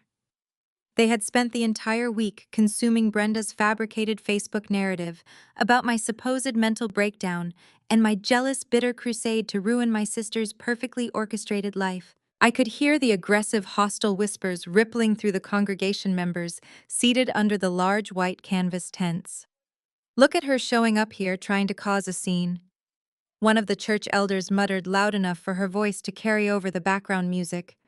"She just cannot stand to see Chloe getting a good man." "It is a shame what jealousy will do to a woman's spirit," another aunt chimed in, shaking her head in deep theatrical disappointment. They were looking at me with pure, unadulterated contempt, judging me as the miserable single black woman desperately trying to destroy her lighter-skinned, more socially acceptable sister. I did not break my stride. I did not lower my gaze. I let their pathetic, uninformed judgments bounce off me like rain on titanium. They were fiercely defending a woman who secretly referred to them as poor, pathetic beggars in her text messages. They were rallying behind a fake white knight who was currently facing federal indictment for wire fraud. I knew something they did not know. I knew that every single person glaring at me right now was about to experience the most profound and humiliating reality check of their entire lives. I guided Maya through the sea of judgmental glares, parting the crowd effortlessly as we walked straight toward the elevated concrete patio. That was when I finally spotted my sister. Chloe was holding court near the expensive wicker patio furniture surrounded by a circle of fawning younger cousins. She was wearing a pristine white sleeveless designer jumpsuit, holding a crystal glass of sweet tea. But even from 20 feet away, my trained eyes caught the desperate, frantic cover-up happening on the left side of her face.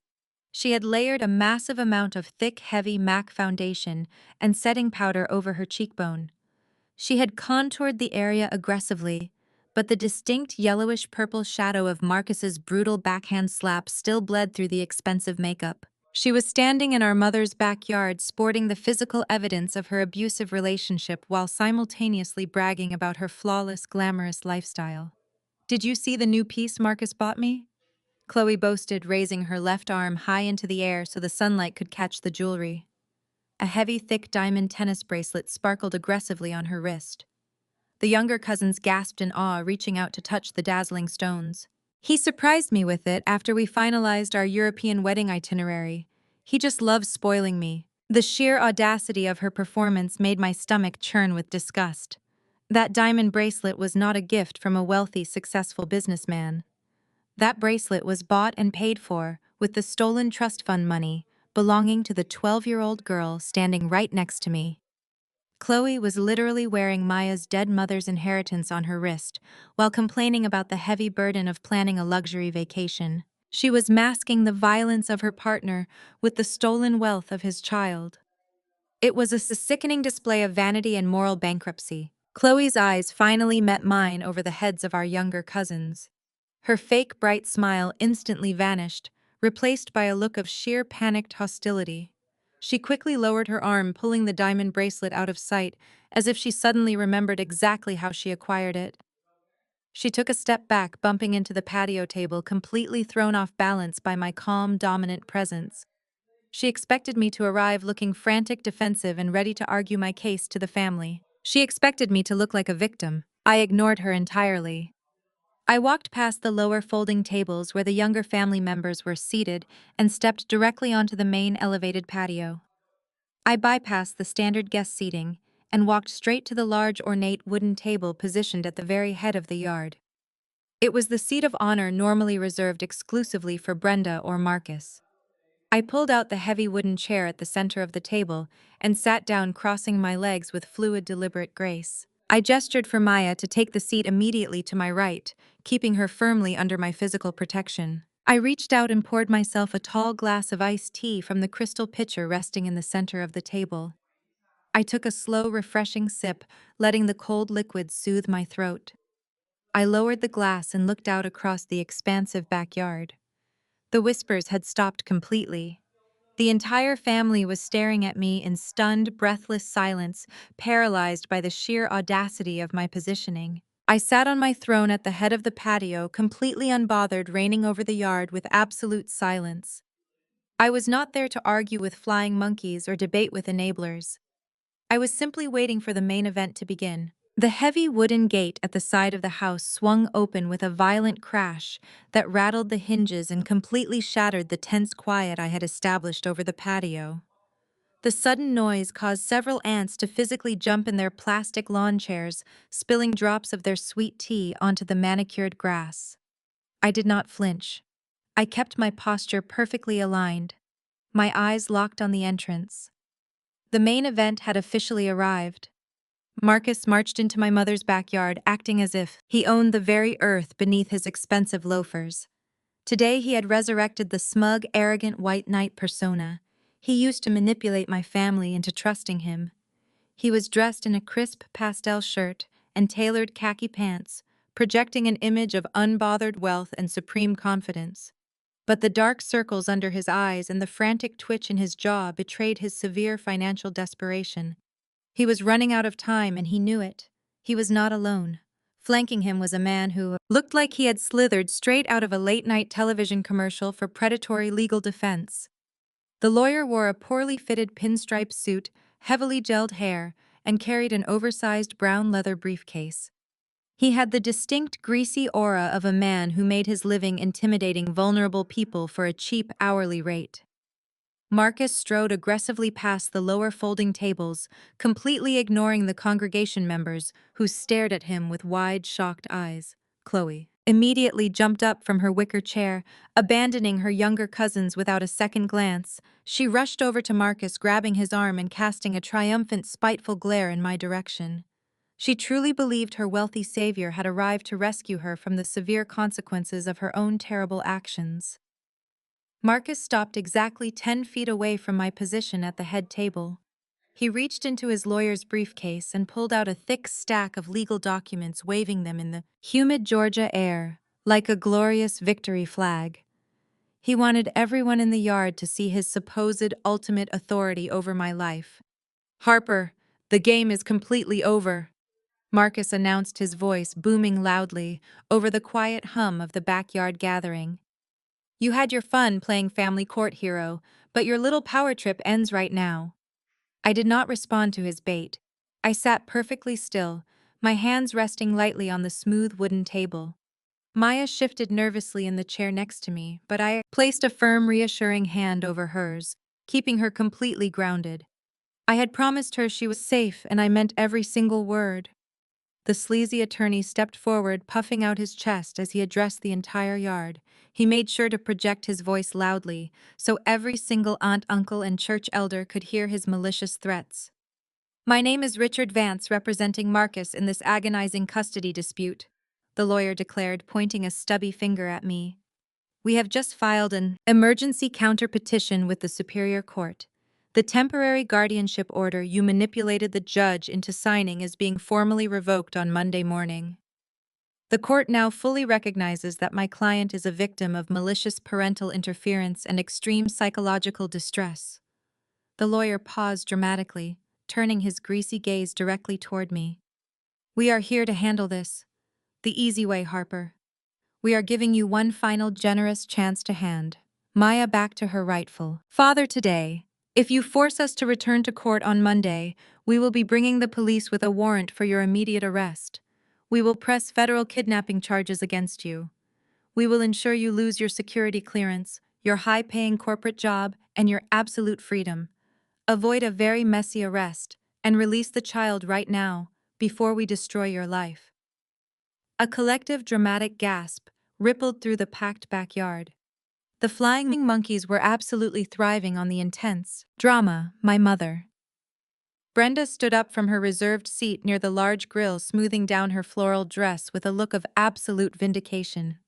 She walked over and stood right behind Marcus and Chloe, cementing her terrible alliance with the abusers.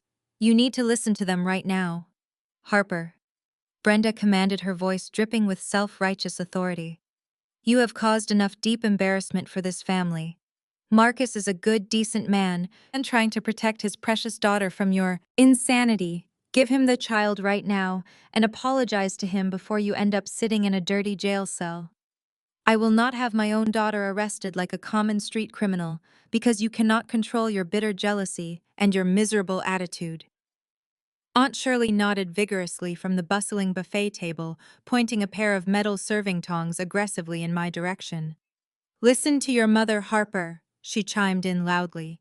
"You are tearing this entire family apart over absolutely nothing. Just give the man his child back, so we can all enjoy our Sunday dinner in peace." The extended family murmured in eager, excited agreement. The church members shook their heads, whispering to each other about my supposed mental instability and my wicked, jealous heart. They were practically salivating, waiting for me to break down crying. They desperately wanted me to surrender so they could feel superior about their own compliant, miserable lives. I slowly reached out and picked up my heavy crystal glass of sweet iced tea. The ice cubes clinked softly against the glass, completely breaking the heavy, suffocating silence that had fallen over the patio. I brought the rim to my lips and took a slow, deliberate, refreshing sip. I lowered the glass, setting it down with a thud. I showed absolutely no fear or intimidation. I looked directly into his eyes and delivered the exact words that would completely destroy him right now. "You are not going to court on Monday, Marcus," I said, my voice projecting clearly across the silent patio. "Your entire life is about to end right here in my mother's backyard." I stood up slowly, pushing my heavy chair back against the concrete. I reached into my emerald green pantsuit and pulled out my encrypted work phone. My mother, Brenda, had rented a massive 85-inch smart television for the cookout, setting it up under the canvas tent so the church elders could watch the afternoon football games. The screen was broadcasting a pre-game show at maximum volume. I did not ask for permission. I opened a custom casting application on my device. Having built my mother's home network, I had absolute administrative access to every piece of hardware on the property. With a single deliberate swipe of my thumb, I hijacked the television connection. The loud sports commentators were instantly silenced. The massive screen flickered violently and went pitch black. A collective murmur of confusion rippled through the seated guests. Aunt Shirley tapped her plastic fork against her plate, complaining about the broken signal. The sleazy private attorney narrowed his eyes, sensing a trap, but lacking the digital literacy to stop it. Marcus crossed his arms, attempting to maintain his smug posture, but I saw the erratic pulse beating rapidly in his neck. I tapped my screen a second time, casting the first slide of my digital slaughterhouse directly onto the massive display for the congregation to witness. The screen illuminated with blinding white light, revealing highly sensitive verified financial documents. The text was enlarged, so even the elders in the back row could read the devastating numbers clearly. "Let us talk about this wealthy, successful man. My mother is desperate to defend," I announced, stepping away from the table to address the entire yard. "Marcus likes to lease luxury cars and brag about vacations. He wants you all to believe he is rescuing my sister from a mediocre life." I pointed my finger directly at the television. "Read the screen." The first document was a formal federal bankruptcy filing. The second was a notice of commercial foreclosure on his failing business properties. The third was a long list of maxed-out credit lines and defaulted personal loans. The red numbers indicating his severe debt stretched across the display, painting a picture of absolute financial ruin. The collective gasp from the aunts sucked the humid air out of the backyard. The wealthy white knight illusion dissolved in a matter of seconds. "Hi is completely broke," I declared, my voice ringing with lethal authority. "His businesses are underwater. His credit is destroyed. He does not have a dime to his name. He is a fraud standing in our mother's backyard, pretending to be a millionaire, while desperately searching for a lifeline to save him from total bankruptcy." Marcus turned a sickly shade of gray. His greasy lawyer took a sudden step backward, distancing himself from his own client. Brenda stared at the television screen, her mouth hanging open in absolute shock. The man she had allowed to disrespect her flesh and blood was nothing more than a broke scam artist. "Turn that off right now!" Marcus screamed, his voice cracking. He lunged toward the television, searching frantically for a power cord, but the cables were securely zip-tied behind the mounting bracket. "I am not finished," I told him, my tone dripping with pure ice. "You see, a broke man is dangerous, but a broke man with an $8 million trust fund dangling in front of him is a predator." I swiped my phone screen again. The bankruptcy documents vanished, replaced by the stark, undeniable logs of the bank wire transfer I had intercepted. The origin account header glowed brightly, displaying the Maya Estate Irrevocable Trust. The transfer amount sat aggressively in the center of the screen, reading exactly $100,000. "Marcus found a loophole," I explained, projecting my voice over the growing, frantic whispers of the congregation. "If he could prove his 12-year-old daughter was mentally unfit and lock her away in a black site behavioral camp, he would gain immediate access to her dead mother's fortune. That is why he forged my signature on medical documents. That is why he hired a transport team to kidnap her from my house." I turned my body slowly, shifting my gaze directly onto my sister. Chloe was standing frozen near the wicker patio furniture, holding a heavy ceramic plate piled high with brisket and macaroni. The new diamond bracelet sparkled aggressively on her wrist, a sickening symbol of her extreme betrayal. But Marcus could not do it alone. I continued, the venom finally bleeding into my words. He needed help framing me. He needed an inside source to steal my signature and run interference. I tapped my phone one final time. The screen transitioned to highlight the destination routing number of the $100,000 wire transfer. The account holder name flashed across the 85-inch display in massive, unforgiving letters. It read Chloe Jenkins. "My sister is not a naive victim blinded by love," I announced, the truth falling like an executioner blade. "She is a contracted mercenary. She was actively getting paid $100,000 to help traffic her 12-year-old stepdaughter. She was willing to let me take the fall for a federal kidnapping charge just so she could buy a yacht and wear stolen diamonds." The heavy ceramic plate slowly slipped from her trembling hands. It hit the cold concrete patio with a violent, explosive crash, shattering into dozens of sharp pieces. The warm barbecue brisket and side dishes splattered across her expensive white designer shoes. The entire backyard suddenly erupted into sheer, absolute pandemonium. The same flying monkeys who had glared at me just 20 minutes ago were now staring at Chloe with profound, unadulterated disgust. She was finally exposed in front of them all. I did not give a single person in that backyard a chance to catch their breath. The heavy ceramic plate had barely settled into shattered pieces around Chloe's expensive white shoes before I tapped my encrypted work phone again. The massive 85-inch television screen shifted instantly from the damning federal bank wire transfer to an application everyone in the yard recognized immediately. A bright white screen filled with crisp blue and gray messaging bubbles illuminated the canvas tent. I had pulled up the raw, unedited iCloud text message history between my sister and her fraudulent fiancé. I zoomed in, adjusting the display resolution, so the venomous words were absolutely impossible to miss. "You thought the financial theft was the most disgusting part of this afternoon," I announced, my voice slicing through the heavy, humid Georgia air like a freshly sharpened blade. "You thought stealing from a 12-year-old girl was the bottom of the barrel for my sister. Let us take a look at how Chloe really feels about the people who have spent their entire lives treating her like absolute royalty." Let us read what she typed to Marcus while sitting in the comfort of the house our mother pays for. I pointed directly at the largest text bubble on the screen, highlighting a conversation logged just 48 hours ago. I did not just let them read it. I projected my voice, reading my sister's exact words aloud, so they would ring in the ears of every single church member and relative present. Marcus was complaining about my mother calling him too much, I explained, giving the crowd the precise context. "And here is exactly what your precious golden child replied." I cleared my throat and read the blue bubble word for word. "Just smile and nod, baby. My mother is a gullible ghetto pawn. Let her think she is part of the high society club.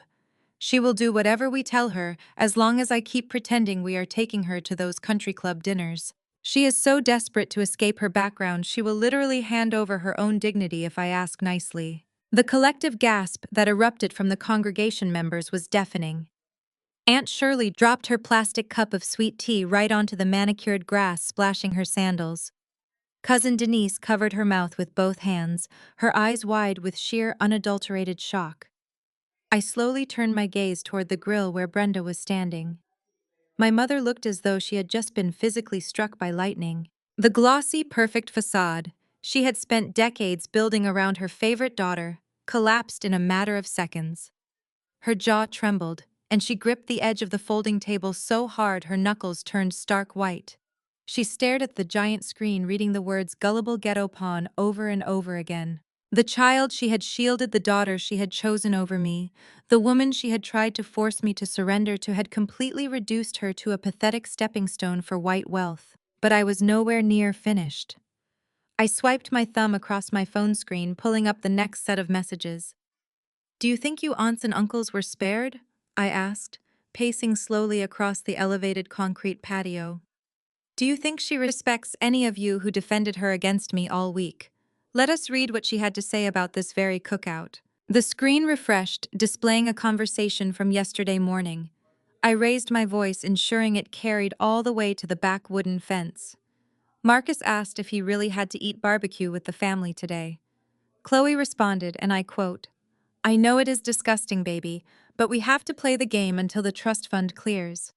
I cannot stand being around these poor, pathetic beggars either. Aunt Shirley smells like cheap lotion, and Denise is always asking for handouts. Just hold your breath around them. The second the girl is locked up and the trust opens, we are putting the down payment on the yacht. We never have to look at these miserable church people again." The yard exploded.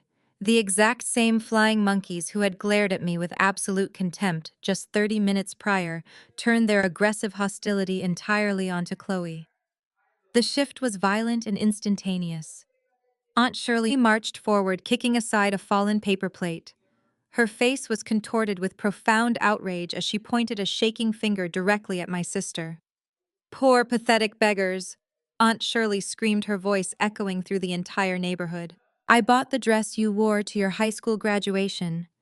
I helped pay your rent when you dropped out of college, you ungrateful, vicious little girl." Cousin Denise stepped up right beside her, matching her furious energy. "You sit at our tables and eat our food, while you plot to steal from a child and call us miserable church people. You are nothing but a cheap fraud, Chloe. You and your broke criminal boyfriend are disgusting." The entire extended family erupted into a chorus of furious shouting. The enabling aunts who had spent their entire lives making excuses for Chloe were now tearing her apart piece by piece. The church elders shook their heads in profound disgust, turning their backs on her. Chloe stood frozen in the center of the chaos, completely paralyzed by the utter destruction of her social standing. The thick layer of foundation on her cheek could not hide the absolute terror washing over her face. She looked frantically around the yard, searching for a single friendly face, a single ally to defend her against the furious mob she had created.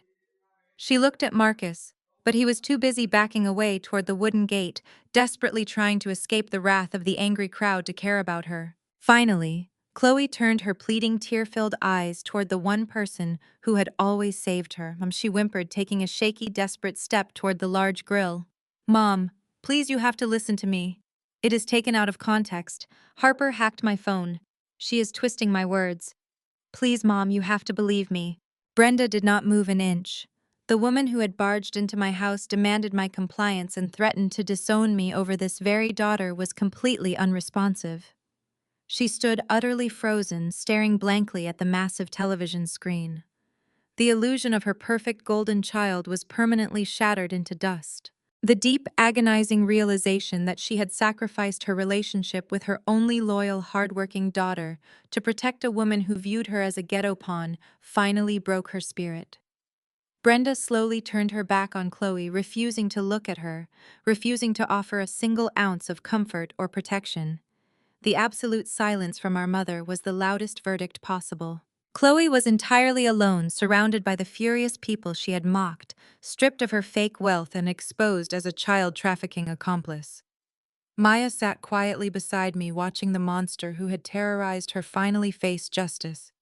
I stood at the head of the patio, taking a slow, refreshing sip of my iced tea, watching the kingdom of the golden child burn completely to the ground. The absolute devastation of Chloe was satisfying, but the architect of this entire nightmare was still standing by the wooden gate.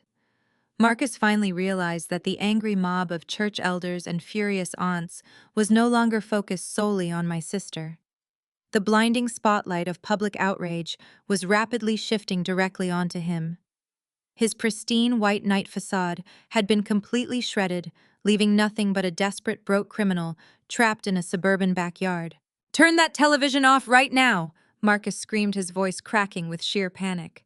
He lunged across the concrete patio, pushing past a folding table and knocking over a tray of baked beans. He scrambled desperately toward the massive 85-inch screen, his hands clawing wildly behind the mounting bracket as he frantically searched for the power cord. "You have absolutely no right to display private communications," he yelled, his face turning a blotchy, violent shade of crimson. "I will sue you for everything you own, Harper. I will drag you through federal court for hacking my personal property." "You cannot sue anyone with a negative bank account balance, Marcus," I reminded him, my voice ringing with lethal calm over his frantic shouting.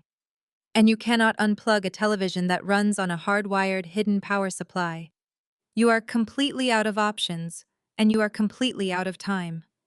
I did not give him a single second to recover his breath. I tapped the screen of my encrypted work phone one final time. The text messages detailing their disgusting bigotry instantly vanished from the massive display. The screen went pitch black for a fraction of a second before illuminating with crystal clear, ultra-high definition video. It was the security footage from my front porch recorded just 7 days ago in flawless 4K resolution. The visual quality was so sharp the congregation could see the exact texture of Marcus's tailored suit and the terrified trembling of Chloe's hands. "What is this?" Marcus demanded, freezing in his tracks. He stared up at the giant screen, his eyes wide with a new, much more profound terror. The ambient noise of the backyard instantly died away. The furious shouting of my extended family came to a sudden, halting stop. Every single person in the yard turned their attention to the television, captivated by the pristine video playing out before them. The audio track kicked in, broadcasting the crisp, high-fidelity sound of Marcus screaming at Chloe in my driveway. The entire church congregation heard him call my sister a stupid, incompetent fool. They heard him blame her for losing his $8 million payday. They watched Chloe cower against the passenger side door of the leased BMW, begging for mercy from the wealthy man she had just sold her soul to impress. Then the moment arrived. The congregation watched in breathless, horrified silence as Marcus drew his arm back and delivered a vicious, backhanded slap straight across Chloe's face. The sharp, sickening crack of his heavy hand striking her flesh echoed loudly from the rented outdoor speakers. A collective gasp of absolute horror ripped through the backyard. Aunt Shirley covered her mouth with both hands, her eyes wide with shock. Cousin Denise stepped back, physically repulsed by the sheer brutality of the assault. Several church elders murmured urgent prayers under their breath, crossing themselves as they witnessed the violence unfolding on the screen. The man who had walked into this cookout demanding respect and threatening me with federal kidnapping charges was now exposed as a vicious physical abuser. But the true horror of the video was not just the assault itself, it was what happened immediately after. The video continued playing, showing a silver Lexus SUV swerving into the driveway right behind the BMW. Everyone in the yard instantly recognized the vehicle. It belonged to Brenda. The congregation watched as my mother threw her car into park and scrambled frantically out of the driver's seat. They watched as Brenda took in the entire scene. They saw her look directly at Chloe, who was crumbled on the concrete, clutching her bruised and swollen cheek.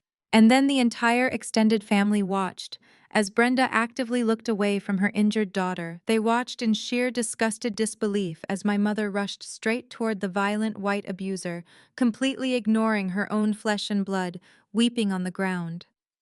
They heard Brenda's sickeningly sweet voice cooing through the speakers, apologizing to Marcus, and stroking his arm to soothe his fractured ego while her daughter suffered in the dirt. The silence that fell over the backyard was deafening. It was a heavy, suffocating quiet born of profound communal revulsion. The flying monkeys, who had spent their entire lives making excuses for Brenda's toxic parenting, were finally seeing her true character unmasked. She had chosen to protect a wealthy white man over her own black daughter. She had sacrificed the basic primal instinct of a mother to defend her child, all to maintain her desperate proximity to perceived power and status. The betrayal was so absolute, so culturally and morally repugnant, that not a single person in the yard could formulate a word in her defense. Brenda stood frozen near the large grill, her eyes locked on the television screen. The flawless matriarchal image she had spent decades cultivating within the Greater Hope Fellowship congregation shattered into a million irreparable pieces. She looked around the yard, desperately seeking a single friendly face, a single ally to offer her grace. She found absolutely nothing but hard, unforgiving glares. The church elders who had dined at her table turned their backs to her in unison. Aunt Shirley shook her head slowly, her face a mask of pure disgust. Cousin Denise looked at Brenda with an expression of sheer pity mixed with revulsion. Brenda took a shaky, stumbling step backward. Her knees finally buckled under the crushing weight of her total social annihilation. She collapsed heavily into a plastic patio chair, her hands covering her face. She began to sob uncontrollably. But those were not the tears of a mother heartbroken over her daughter's suffering. Those were the desperate, agonizing tears of a narcissist, realizing that her reputation in the community was permanently, irrevocably destroyed. She would never recover from this public execution. She would forever be known as the woman who sold her soul and her children for a seat at a table that did not even exist. Marcus tore his gaze away from the television screen and the damning footage of his violence. His paralysis shattered, giving way to primal panic. He realized with terrifying clarity that the angry church elders were the least of his problems. The financial evidence I broadcast was a direct confession to a federal offense, and he was standing out in the open. He spun on his heel, abandoning his ruined facade. He shoved past his private attorney, who was already retreating toward the perimeter fence, wanting nothing to do with wire fraud. Marcus locked his eyes on the wooden side gate, preparing to sprint. I took 3 desperate steps before the heavy thud of tires jumping the curb echoed, the screech of brakes and the crunch of heavy machinery, obliterating Brenda's prized hydrangea bushes, stopped Marcus dead in his tracks. 3 massive unmarked black SUVs tore across the front lawn, carving muddy trenches into the grass before swerving directly into the backyard. They formed an impenetrable blockade, sealing off any exit. The heavy doors flew open in perfect synchronization. Evelyn stepped out of the lead vehicle. She looked immaculate in a crimson business suit, her heels sinking slightly into the soft earth. She surveyed the chaotic backyard with the cool satisfaction of a predator cornering her prey.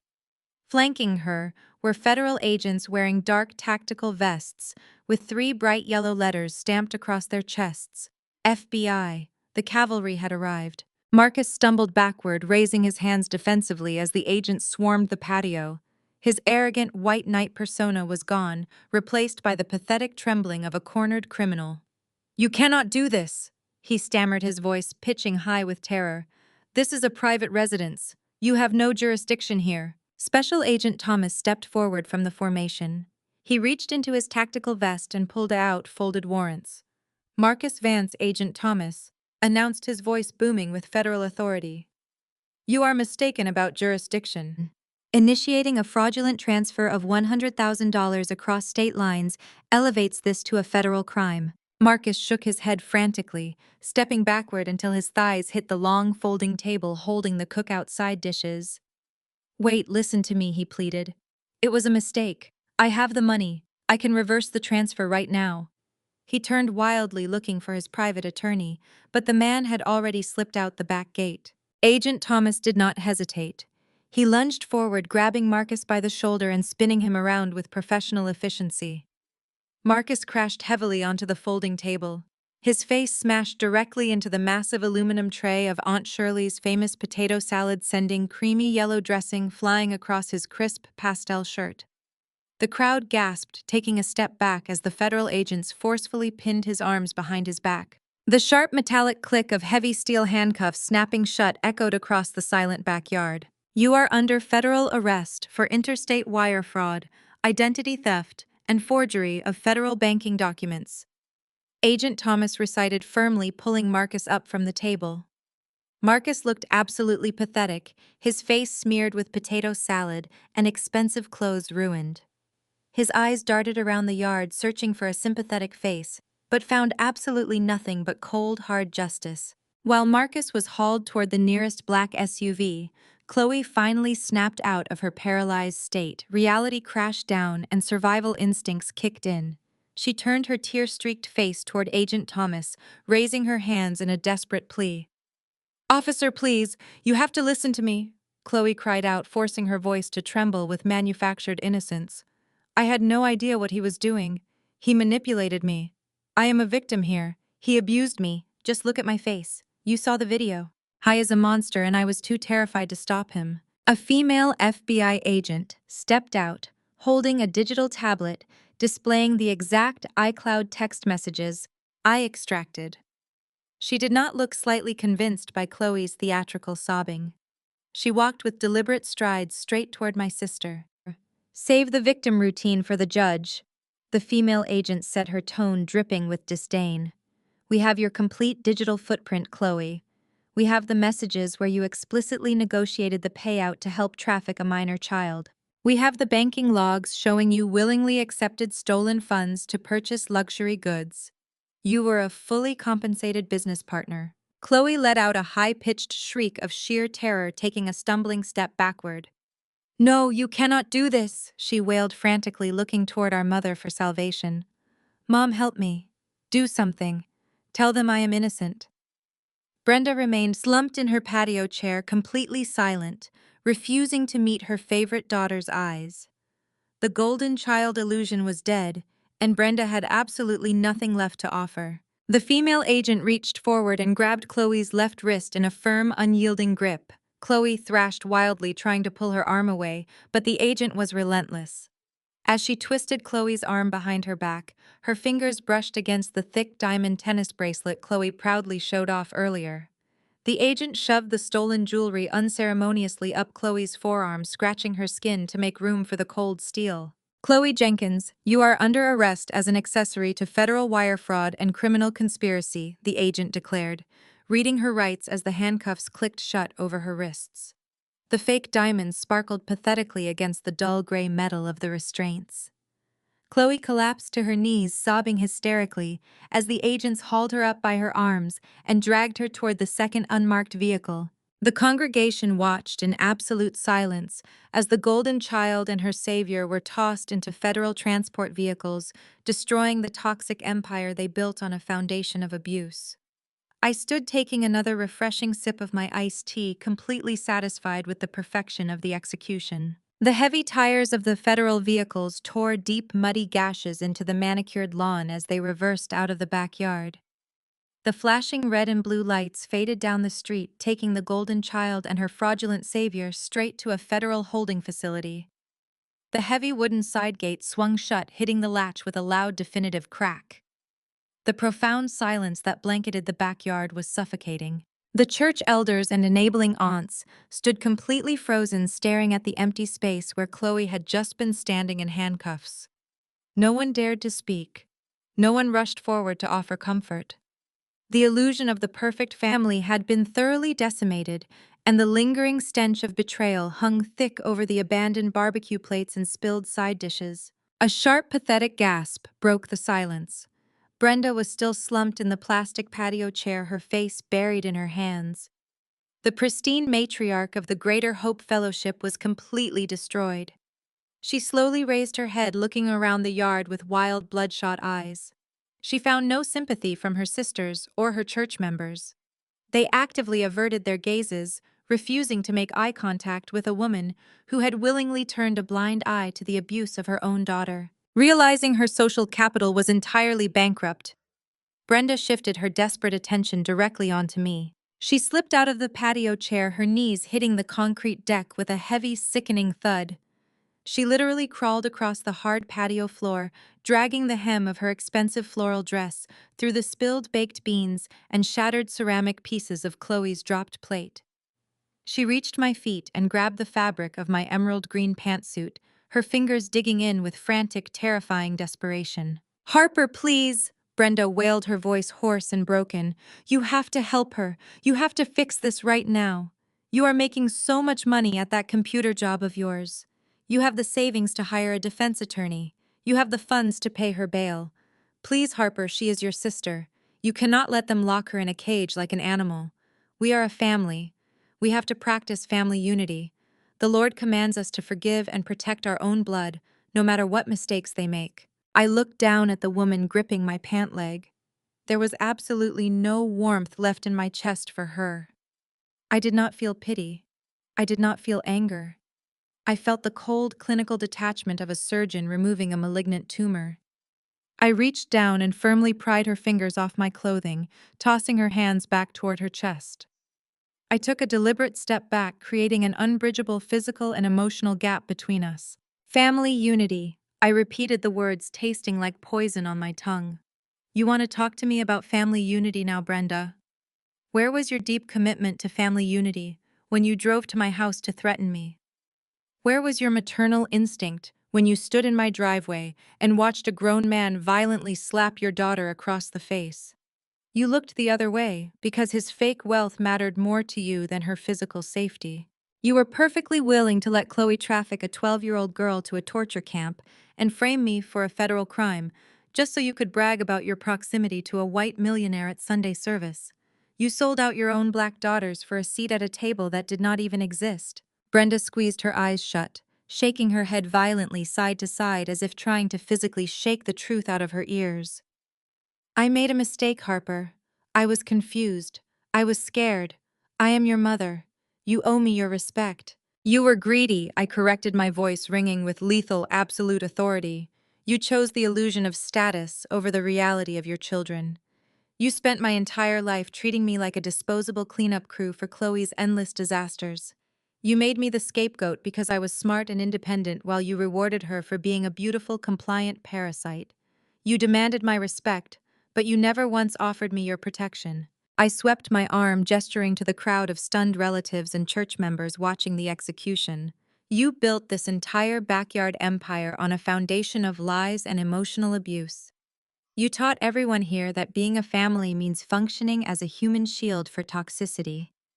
You taught them that blood demands blind loyalty, even when that blood is actively poisoning you. I am officially breaking that generational curse today. I will not spend a single penny of my hard-earned money to bail a federal criminal out of a mess she orchestrated. Chloe made her choices, and now she gets to sit in a cell and rot with the consequences." "Harper, you cannot abandon us," Brenda sobbed, her voice dissolving into a high-pitched, pathetic keen. "You are my daughter. You are all I have left. I will die of a broken heart if you walk away from me. I stopped being your daughter the moment you chose your reputation over my freedom. I declared the finality of my words echoing across the yard like a gavel strike. I am establishing an absolute permanent no-contact boundary effective immediately. If you ever call my phone, if you ever show up at my property, if you ever attempt to send one of your flying monkeys to harass me, I will file a restraining order so fast it will make your head spin. You are completely dead to me, Brenda. You will never see my face again. You will never attend my wedding. You will never meet my future children. You get to live the rest of your miserable life entirely alone with the bitter memory of what you threw away. I turned my back on her for the final time. I looked down at Maya, who was watching me with wide, awestruck eyes. She had just witnessed a woman reclaim her absolute power. I held out my hand. Maya slipped her small palm into mine, her grip firm and trusting. "Let us go home, Maya," I said softly. We turned and walked away. We marched confidently across the patio and down the grassy slope, moving straight toward the heavy wooden side gate. I did not look back at the ruined Sunday dinner. I did not look back at the shocked congregation members. And I did not look back at the weeping broken woman crumpled on the concrete patio, mourning the permanent destruction of her toxic kingdom. I pushed the gate open and stepped out into the brilliant sunlit afternoon, leaving the ashes of my past completely behind forever.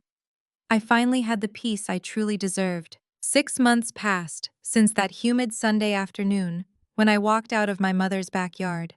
The heavy wooden gate closing behind me sounded the final death knell of my toxic family dynamic. I never looked back. I blocked their phone numbers, changed my email addresses, and explicitly instructed my home security system to instantly flag any vehicle registered to Brenda or my extended relatives. I finally breathed clean, unburdened air. The federal justice system moves with an absolutely crushing weight when presented with pristine digital evidence. Marcus' highly paid private defense attorney dropped him the exact moment the FBI froze his financial assets. A public defender tried to negotiate a lenient deal, but federal prosecutors had the wire fraud logs, the forged medical documents, and the horrifying audio of his physical abuse. He never stood a single chance in front of a jury. The federal judge threw the absolute maximum sentence at him: 15 years in a federal penitentiary without the possibility of early parole. He went from leasing luxury vehicles and wearing tailored suits to wearing a neon orange jumpsuit and scrubbing cafeteria floors for pennies an hour. Chloe thought her pretty tears and damsel in distress routine would save her from the federal prosecutors. She assumed Brenda would mortgage her house to pay for an elite legal defense team. But Brenda completely vanished into the shadows. The mother who had sacrificed her entire moral compass to protect her golden child refused to accept a single collect call from the county jail. My mother could not stomach the deep public humiliation of being associated with a convicted child trafficking accomplice within her strict church circles. The flying monkeys who used to praise Chloe now whispered viciously about her downfall every Sunday morning. Utterly abandoned and facing a mountain of digital evidence proving she willingly accepted stolen funds, Chloe panicked. She took a plea deal to avoid a decade behind bars. She was ultimately sentenced to serve 3 long years in a minimum security facility located in rural Alabama. The girl who bragged about spending her upcoming summer on a luxury yacht is now spending her early 30s folding rough laundry in a humid prison block. The family court proceedings regarding Maya were swift and incredibly decisive, bringing us closure, armed with the federal convictions and the undeniable proof of physical and emotional abuse. Evelyn petitioned the judge to permanently terminate Marcus' parental rights. He did not even bother to contest it from his jail cell. The family court judge officially granted me permanent legal guardianship of Maya. Furthermore, the court restructured the administration of the $8.5 million trust fund. The judge entirely stripped away the medical incapacity loopholes and appointed me as the sole legal trustee. I immediately moved the massive assets to an ethical wealth management firm, ensuring that every single cent would be strictly protected and exponentially multiplied for Maya future. Marcus' desperate, violent attempt to drain her inheritance ended up permanently securing it completely for the rest of her natural life. Our new normal was quiet, beautiful, and completely devoid of the chaotic drama my biological family used to inject into my daily routine. Maya flourished under my roof. The quiet, terrified girl who used to flinch at sudden loud noises transformed into a brilliant, confident teenager. She joined a coding club at her new middle school, blending her natural curiosity with the advanced cybersecurity skills I started teaching her on the weekends. We built a healthy home based on mutual respect, deep emotional trust, and absolute physical safety. As the crisp autumn wind swept through the historic streets of Paris, I took a slow, refreshing sip of my perfectly brewed cappuccino. We were sitting outside a luxury cafe on the Champs-Élysées, surrounded by breathtaking architecture and the vibrant, bustling energy of the French city. We were not staying in a cheap motel or hiding from abusive relatives in a suburban basement. We were enjoying a real, authentic European vacation, paid for entirely by my own hard-earned corporate cybersecurity salary, proving that true success requires absolutely no handouts from toxic people. Maya Massive Trust Fund remained completely untouched, sitting safely in its high-yield investment accounts waiting for her adulthood. Maya sat directly across from me, wearing a stylish beige trench coat and a bright red beret, taking a large bite of her warm, flaky chocolate croissant. She looked around at the beautiful Parisian street, her dark eyes wide with genuine, unfiltered joy. She pulled out her new smartphone to take a picture of the Eiffel Tower sparkling brilliantly in the distance against the purple twilight sky. She lowered the camera and looked across the small round marble table. Her dark gaze locked onto mine, radiating a profound sense of absolute unshakable peace that made my chest tighten with heavy, incredibly joyful emotion. "Thank you," she said, her voice clear and steady over the ambient noise of the busy French cafe. "For everything you did. I know you did not have to do any of this.